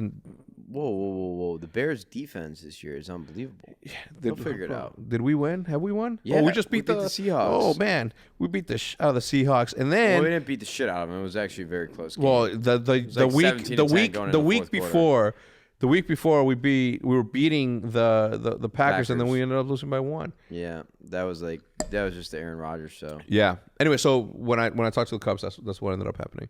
I don't know. A lot of sports teams want to step, as you know, into esports because they see the potential, and some people just aren't ready. And unfortunately for the Cubs, they missed out on OpTic, which sucks for them. Yeah, should have hit me up. They should have. Whoa, come on! You got the dope. Oh man, I got the homie. Yeah. Dan Gilbert is. I met Dan Gilbert at the same time that I met him. I met the CEO of Wheels Up. They were like casually just chilling. Yeah, the jet service. Yeah. Dude, I will say this, man. Dan Gilbert has a lot of cool shit going on, man. Dude, he StockX owns over 500 companies, man. Dude, that guy. The FOC, family companies. Yeah, and I like the Detroit isms. Is it Detroit isms? Isms, yeah. Yeah, the isms. I like that. They have a really good culture. You're with good people, man. I'm really they're really smart people, really good people. Yeah, hell yeah. They understand the space. They understand the time it's going to take to grow. Dan is a big supporter of esports. He's a big supporter of just gaming in general. Yeah. Great partner. Yeah. Well, I could say the same thing about Neil. Let me hype my man up. What? Neil could probably beat him in a fight, dude. 100%. I don't think we need to go deep down that. People don't even know these people. Yeah. People know Dan Gilbert. Yeah. People know Neil, I guess, maybe. We don't need to go down this, but here you go. Yeah. Dude, I was on have you been in Dan's private jet in this PJ? So anyway, I was on Neil's. Thank you, Neil. And in that ride, he was talking about Yo, can we please get off the topic of billionaires, bro? I don't feel comfortable in a public setting talking about billionaires. Why? It's awesome. No. Like the way that this dude thinks was like incredible. No. I just bro. Privatization of companies. That this dude, I was like, give me more information. Give me more information, please. Yo, mentor me. Let's talk about the new quarter pounders from McDonald's. Haven't had them. Woo, boy, I'll order some right now. I don't get it, man. And I'm glad that people got to witness this at Fwiz's bachelor party because they brought it up. It's weird that you eat burgers for breakfast, homie. I don't care. I know that you don't. I don't care. like breakfast food. It's like, bro, this guy. I didn't eat burgers for breakfast. I ate burgers at 12 o'clock in the afternoon. For Fwiz's wedding. That's lunch. At the bachelor party. No, but for Fwiz's wedding, we got up went at to In-N-Out. It was 11. In-N-Out was open. Yeah. That means it's not a weird time to eat In-N-Out. We went there 11:30. That's lunchtime, bro. No, I don't eat breakfast. You gotta eat eggs and bacon until 12 o'clock. I don't eat breakfast food. So listen, man, how is that weird? If Because they're open, that's not weird.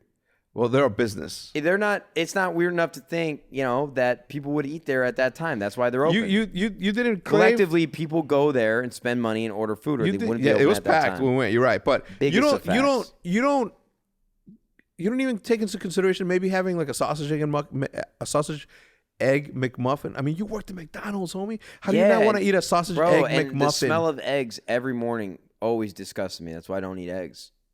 Really, homie? I used to open up on the weekends. I'd start at 4:30 and I'd get off at 1, and then I'd go home and play the ICN 360 Icons tournaments. Shout out to Ego. Shout out to Egoth. My man's got the the dinosaur toenails. Yeah. No, but I would start on the weekends, and I'm telling you, man, I would go into work with an empty stomach and a lack of sleep, and I would smell eggs for 6 hours, and it was just the most disgusting, putrid smell ever. I hated it. Disagree. Well, hey, love man, eggs. Well, go live in it. Go waft in it. Go exist in it for every single weekend when you hate every moment of your life being there. I don't like eggs. Okay. I don't like bacon. I'm sorry. Wow. I don't like sausage. Wow. I like lunch and dinner foods. I'll eat like waffles or pancakes, but those are all sugar. I don't eat those a lot. My man Matt is dying over here. We should wrap this up. Yeah, what's up, Matt? Where are we? How long have we been going for? It's got to be over 2 hours. We're at 1 hour and 54 minutes. Oh, cool. That's why I was checking that camera. That thing overheats like crazy, huh? Yeah. So How long were your other podcasts? not as long as this, but that's a good thing, man. I want all my podcasts to be like this. You know what I'm saying? Where we're just like literally having a conversation. Yeah. And giving credit to both Fwiz and Vanderhaar. A lot of news dropped for them this weekend. Obviously, 5v5 and that I had to talk. Was Fwiz talking about the MAUs and Yeah. Well, you gotta understand, Fwiz, he's always known how much bigger YouTube was than everything YouTube else. Gaming was and bigger he couldn't say it. Yeah. No, And then finally he's able to. I bet Vaughn's and Fwiz. Actually, I kind of want to listen to those podcasts. I want to listen to those more than I want to hear myself talk, and that's a rarity. Yeah. Can we watch them on your computer? Like, can I see before they drop? Do you have them? Well, we're gonna be here for like 5 more hours if we do that. I would love that. Yeah, it's good. You want the exclusives? We'll send it because he's editing them like tonight. No, and tomorrow. I just like Vaughn and Fwiz are just polarizing personalities because they have such strong opinions and are so intelligent and have been working on the craft for so long. If I was gonna listen to any podcast, it'd be with those two. Yeah, I think. I don't know. I think Fwiz would do really. Fwiz and Hutch would be like the best combination for podcasts because Fwiz can trigger just anyone in the world, but someone as easily triggerable, or as Hutch, you just ruffle his feathers real quick. Oh my God! I would get text in the middle say, "Hey man, are you serious?" I'm like, "No, I'm not serious, man. No, like I'm just." I don't know. And then when he tweets politics, I'm like, I say that, ooh. And then I'll ask a question that will send him on this like rabbit hole of just like political ideations. That's just people with strong opinions, man. They're great. How are you? Where do you stand politically? I'm just kidding. I'm just kidding. I mean, I to be honest with you, I just don't talk about or think about politics at all. It's like religion for me. Like, unless it's incredibly relevant to me. What about aliens? Do you believe in aliens? Absolutely. You hear about this story that there are, I forget which scientific body discovered them, but there's radio waves that were discovered like just recently. It's just recently. Scientists discovered radio waves that they picked up from obviously light years and millions and billions of light years away. 7 light years away. It's a long, long time ago in a land before time. Yeah. No, man, it's crazy. Bro, there's radio waves coming from a galaxy that we should not be getting radio waves from. We can't explain it. Yeah. Homie, what? Yeah. Yeah. No, I definitely believe in aliens. Bro, listen, the universe is expanding exponentially and infinitely in every direction at any given moment. You know what freaks me out, You're telling me that there's no like scientific outcome where that's happened before somewhere in this universe? Absolutely, there has been. You have to be a literal. We don't want them to know where we're at either, man. They're gonna come and take our shit. They're gonna come and kill us. Well, maybe they put us here. They're gonna turn us into sex slaves. We're no. For our for who? sperm. Can you? I don't know. Can you? They look like fish. You know, what are they gonna? They give me some of that. I have no idea what. Give some of that ass. No, I was trying. That was like a Futurama episode. That is wild though, and it sucks because it doesn't suck, but it puts religious people into question. They question their religion, and that's the worst thing you can do with people that are so passionate about that. You know what? Like, for real, they do. Yeah, they do. Anyway, I wanna close it out by saying thank you, but I have. Did we actually talk about 5v5? No. Yeah, we did. Did we talk about Blackout? Did we talk about anything productive? We didn't talk about Blackout, bro. We didn't talk about nothing. How many hours did you put into Blackout? 70 hours, and I had other shit to do. I had I had 2 different video shoots. I had an interview. Bro, if I didn't have other stuff to do for 100 Thieves, I'd have played 90 hours, 100%. I postponed all my meetings for that week. I told my business partners across multiple different businesses. I'm like, we didn't talk about Blackout at all. I know. have to pee so bad. Go pee, man. Come back. We'll talk about Blackout. We're gonna make this a 2.5-hour podcast. Go get it. All right. Bro, you gotta get this. Do you have this battery? No, not a pop socket. This the battery. Dude, I just turned it on. You know what I was just thinking about? Did you guys fly here together? We did fly here together. Did you fly first class? But we didn't fly together. Wait. We flew on the same ship, if that's what you're asking. Did you fly first class? Who? You. Yeah. Yeah. You didn't upgrade your boy? No, it's been decades since I've flown in the back, and it's not a bad thing. I just my back hurts. I think I said that joke on Twitter about Fwiz, and I'm like, Fwiz hasn't seen the back of an airplane engine in over a decade. Homie was flying coach. Oh. Nah, I fly. You don't. When was the last time you flew coach? Nah, I fly coach every time now. I went back to coach. I gotta watch our expenses at the company. My man, I appreciate that. It's not bad. You had me spoiled. Yeah, I got to a point where I'm like, I can't fly coach. I took care of my stars, man. Yeah, you gotta take care of your stars. There's more over there, by the way. You have to take care of your stars, and to be fair, Matt, since he started working with me, has flown any of them. Has flown first class. For some reason, and it happened to Shazam too. I just whistled. It happened to Shazam too. Shazam was flying from Maryland to Chicago, and the first class ticket was $250, and the coach middle seat ticket was $240. And I'm like, I'm first class. Like it wasn't even a thought. I'm like, I saw it made no difference. When it was us though, you knew I had to have my people up with me. I mean, I feel like I don't disagree with you because you definitely did upgrade me a couple times there, but all the time. No, 90% of the time. No, I was paying for my upgrades because you're like, oh, you're making money. Let's go. Yeah, you got me. I even made you upgrade other people. You conditioned me to have like a terrible mentality because you always took care of everybody. You'd always pay for everything, and then you'd always give me a hard time, like, bro, you're doing well. Do this, do that. And now I just have terrible spending habits where, I mean, I don't like outrageously spend where I'm broke.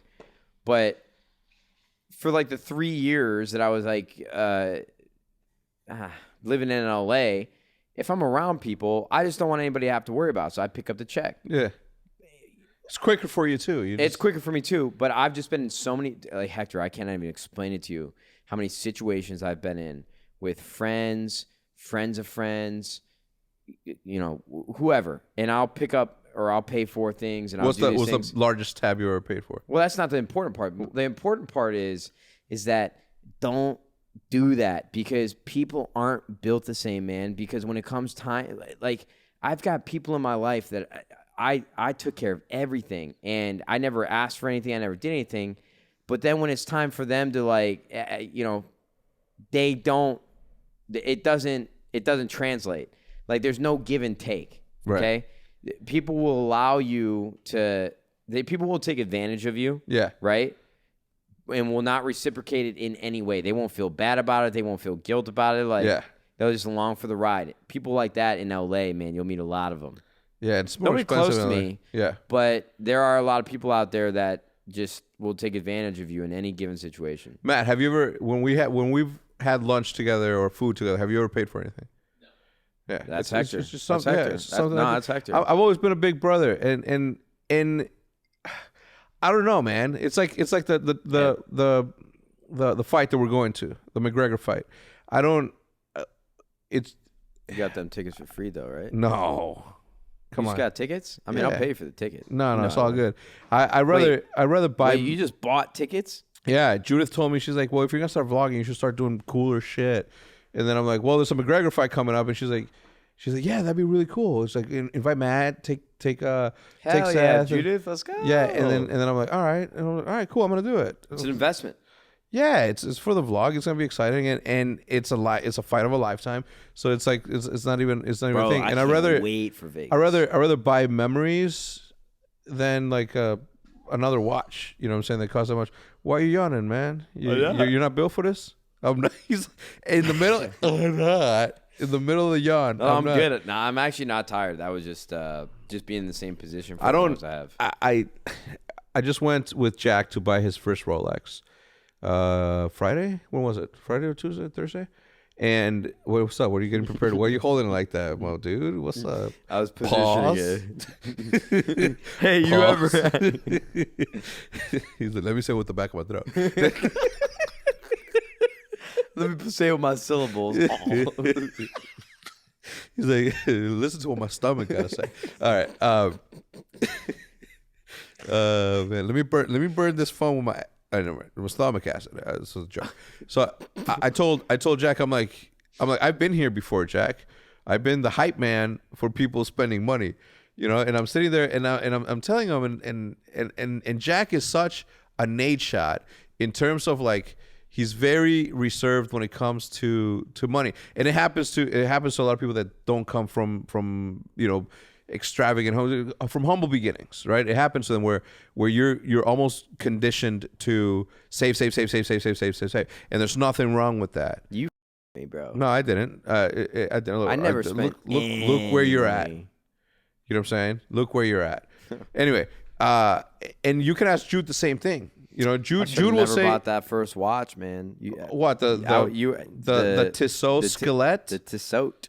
The Tissot Skillet. This guy buys a $1,500. I still get compliments to that watch. Every day. I don't pick bad watches ever. But dude. now your boy got. Shit heavy. You got that Rolly, the Submariner. Yeah, it's fun. Anyway, so Judith will say the same thing. She's, you know, when it comes to shoes, when I was a little kid, when I was, I think, you know, 9 years old, I would wear my dad's shoes so I can have variety of shoes. And I'm talking about, I'm a 9-year-old kid. My dad's a full-grown man. So he's like 3 to 4 sizes bigger than me. And this will like bend like this. And I just like shoes and I like variety. And Jude says that I have the need to buy stuff because of the way that I grew up. She says that I was that I have this mentality where I feel like ashamed of my beginnings. I'm not, but maybe I am. She sees it from she knows me better than anybody else in this world, and she says that it's like the reason you are the way you are is because you grew up poor, and that's the only reason why you live where you live and have done what you've done. And I think that's where you're at. You're the opposite side of that. You came from the save. Anyway, so I was with Jack, and he was like, "Oh, I don't know." And you know me, I'm like, "Well, dude, you know, think about what you could. You could get a sponsorship to pay for this shit. You could do this and that." And then he's like, "Yeah, blah blah." And I'm like, "Dude, do it, man. Like, it's not. You're not throwing money away. You're buying something that if you put on a shelf, it's gold. So it's, you know, it goes up in value, and sometimes it goes down. Gold's always going up. You know, how often does it hit that downward? Never. You know, why are you staring at me? you know I've been thinking about this entire time while you were talking to me this whole time. No. I don't know if this is gonna be funny or not, but I was just waiting for you to finish talking, and then I wanted to hit you with one of the bro, I hope you think it's funny. I don't know if I used to say this to you all the time or who I used to say it to, but I was waiting for you to finish talking, so I hit you with one of the, oh, for real?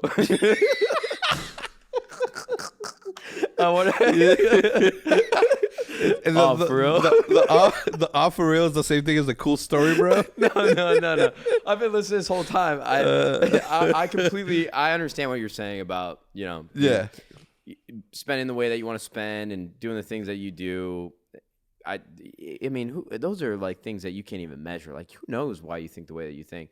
And for what it's worth, I don't think there's anything wrong with being materialistic in certain ways as well, because people always give me a hard time about, I do a lot of shoe unboxings. I do a lot of like tech unboxings, or I used to anyways. Yeah. And people always like, oh, you're just showing off this, that, and the other. Like, oh, your channel is all materialism.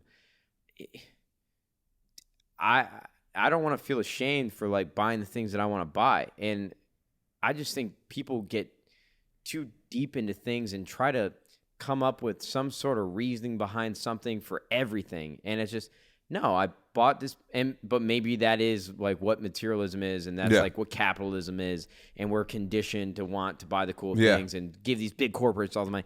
I don't care. Yeah. Okay, like I don't think about that stuff. No. Like I see a pair of shoes, I think they're dope, I want to buy them, right? And how is that bothering you? Like, how is that affecting your life? But I'm actually really proud of Jack for picking up a watch like that, just because I feel like, if anything, that watch for me that you convinced me to buy is actually like holds a special place in my heart, because I was never somebody who looked at watches. I was never somebody who spent money extravagantly. I mean, even context now, like $1,500 is still a lot of money, but at that time, it felt like I was spending the world and back. But now for me, that is, it's a timepiece. Like it was instrumental in my success in the way that I can go back and think about that moment in my life when me spending that type of money was like the end of the world for me. And I was like sweating as I swiped my credit card for that. But you were trying to sell it back to me the following day, and I couldn't believe it. Yeah, I was. But now it's like and I'm not saying you need materialism or you need to spend money to have an impactful memory in your life that you can always look back on. But for me, who's always driven by my latest success and driven by, how much bigger can I be? Like, how much more money can I make? Like, how much can I push myself to be more successful? Mm-hmm. That is like it's like a perfect analogy. I don't know if your parents ever had it growing up where they had a wall where they would measure you, like every year, like how much you grew. We couldn't afford pencils in Mexico.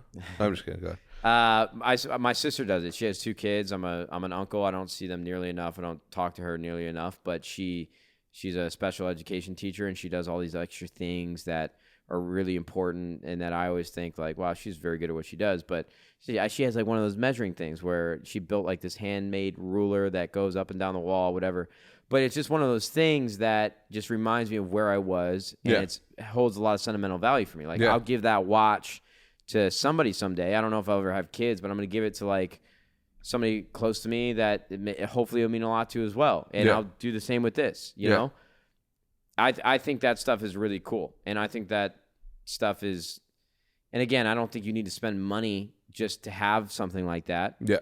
But I think that this Rolex is really cool. I think this is an achievement for me. This is an accomplishment for me that I'm able to do this from where I started. I'm not going to feel bad for that.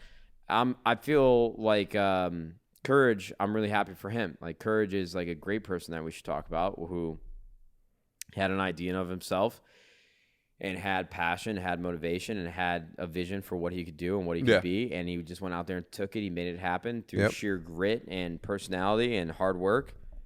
Dude, he should do whatever he wants, and he should live the life that he wants to live, and he should never feel bad about spending that type of money. I mean, bro, the smile that I saw on him when he did that, and it wasn't about the watch. It wasn't about the fact that he spent it. It was about the ability, the ability and the freedom to be able to do loans. that. Yeah, I mean, he was first thing he paid off.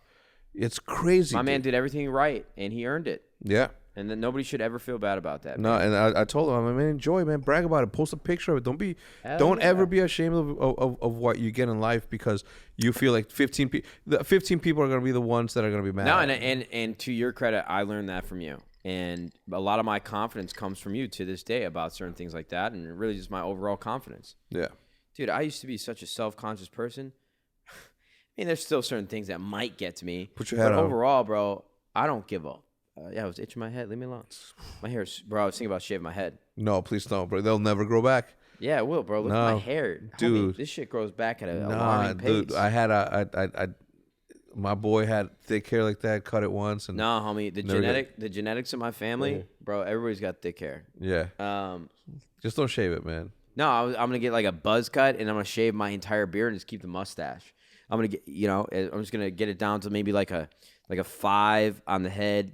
Get like a mid skin fade right here. Yeah. And then just the mustache, bro. It's gonna be It's gonna be dope. How about we don't? Let's just think about it. That's what Jenna said. How about we don't? Yes, I'm with her. I'm with her on this one. Let's just not go down that route. For many reasons. You appreciate your hair when you have it. Do you know today was National Cheeseburger Day? I did had not. 2 double doubles from In-N-Out. We almost had burgers, but we ended up going to Tender Greens. But yeah. Anyway, I think that's gonna do it, man. I mean, we had the longest podcast to date, and What's funny? What? We never ever ended up talking about Blackout. We didn't. Anyway, I liked it. We'll give it from scale 1 to 10. 10. I'm with you on that. I don't even care that the armor's broken. It's a beta. It'll fix it. You did get shitted on, and anybody that Hold up, what? No, I'm sorry. Let me rephrase that. You got lied to. No, you got lied to when you were on top of that, and you were shooting the level 3, and he's just looking at you, and then finally gets his aim on you. You shouldn't have died, and you had a right to talk about it. Anybody that said, "What do you expect is level 3 armor?" Like let's not go into it because it's gonna be another roasting very specific people. Yeah, you wanna? Nah. Okay. I'll give him that heat in person. Free smoke. That's one thing I've actually learned from you too, bro. Yeah. Listen, my level of confidence, which one thing I will always appreciate, has risen so much. I have no issue. Like if I got a problem with somebody, you approach them. For real. Yeah, in person. And I'm not sitting here like saying I have no desire to like fight anybody. Yeah. Or like get into like a scrap or anything. But if somebody's like talking recklessly in a professional way, I guess, I don't know. I don't know how to explain it. I'm not talking like I'm gonna go up to somebody and start mouthing off. Yeah. But like I had a very specific exchange where I just realized like, oh, for real? Like I don't really care as much anymore. Like you were Eminem. Why were you saying that? I'll definitely bring it up to you. Like I don't avoid that awkwardness anymore. Nah. And I kind of like feels good. Yeah, it feels really good. 100%. Because people don't know how to react. No, they don't expect it. No, when but you approach somebody a certain way. Yeah, but I don't even sound like tougher than I actually am because I'm not. I don't know. Yeah, but it's good to confront people, man. Especially in this and let's not get into it. Anyway, Thank you guys for tuning in with this. This podcast can literally go out for another 3 to 4 hours because literally talk about anything. Absolutely. Anyway, thank you so much for tuning in. This podcast was more than it actually is exactly what I expected it to be, man. A really good conversation that could have gone on for hours on end. It's a good thing that Fwiz wasn't here because it would have been extended. Maybe we should try to set the record for the longest podcast, Guinness Book of World Records. I'm down. Are you down? Oh, for real? For real? Is that Are you down? Yo, I gotta show you this stream clip, bro. I went into this guy's stream and he had a microphone, and all of a sudden this dude turned on an auto-tune on his microphone and just started singing Jay Sean, "Are you down? Nade just described." It was incredible. Yeah. Man, he recommended like this dope audio setup. Yeah. Cool guy. Right. I can't wait for you to get it because I copy all your setups. Anyway, thank you for tuning in. Guys, we are live. We're not live, but we are twitch.tv/Nadeshot. We're live right now. At Nadeshot on all social. Everything's going to be in the description down below. But please subscribe to everything on iTunes, Google Podcasts, Anchor, SoundCloud, the whole 9 yards. Thank you for tuning in. We'll see you guys on the next one. Thank you very much. Well, you're not even going to let me say like a goodbye? Yeah, please do. End it. How do you end the podcast? How would you end it? Remember the music's coming in right now? Santa baby.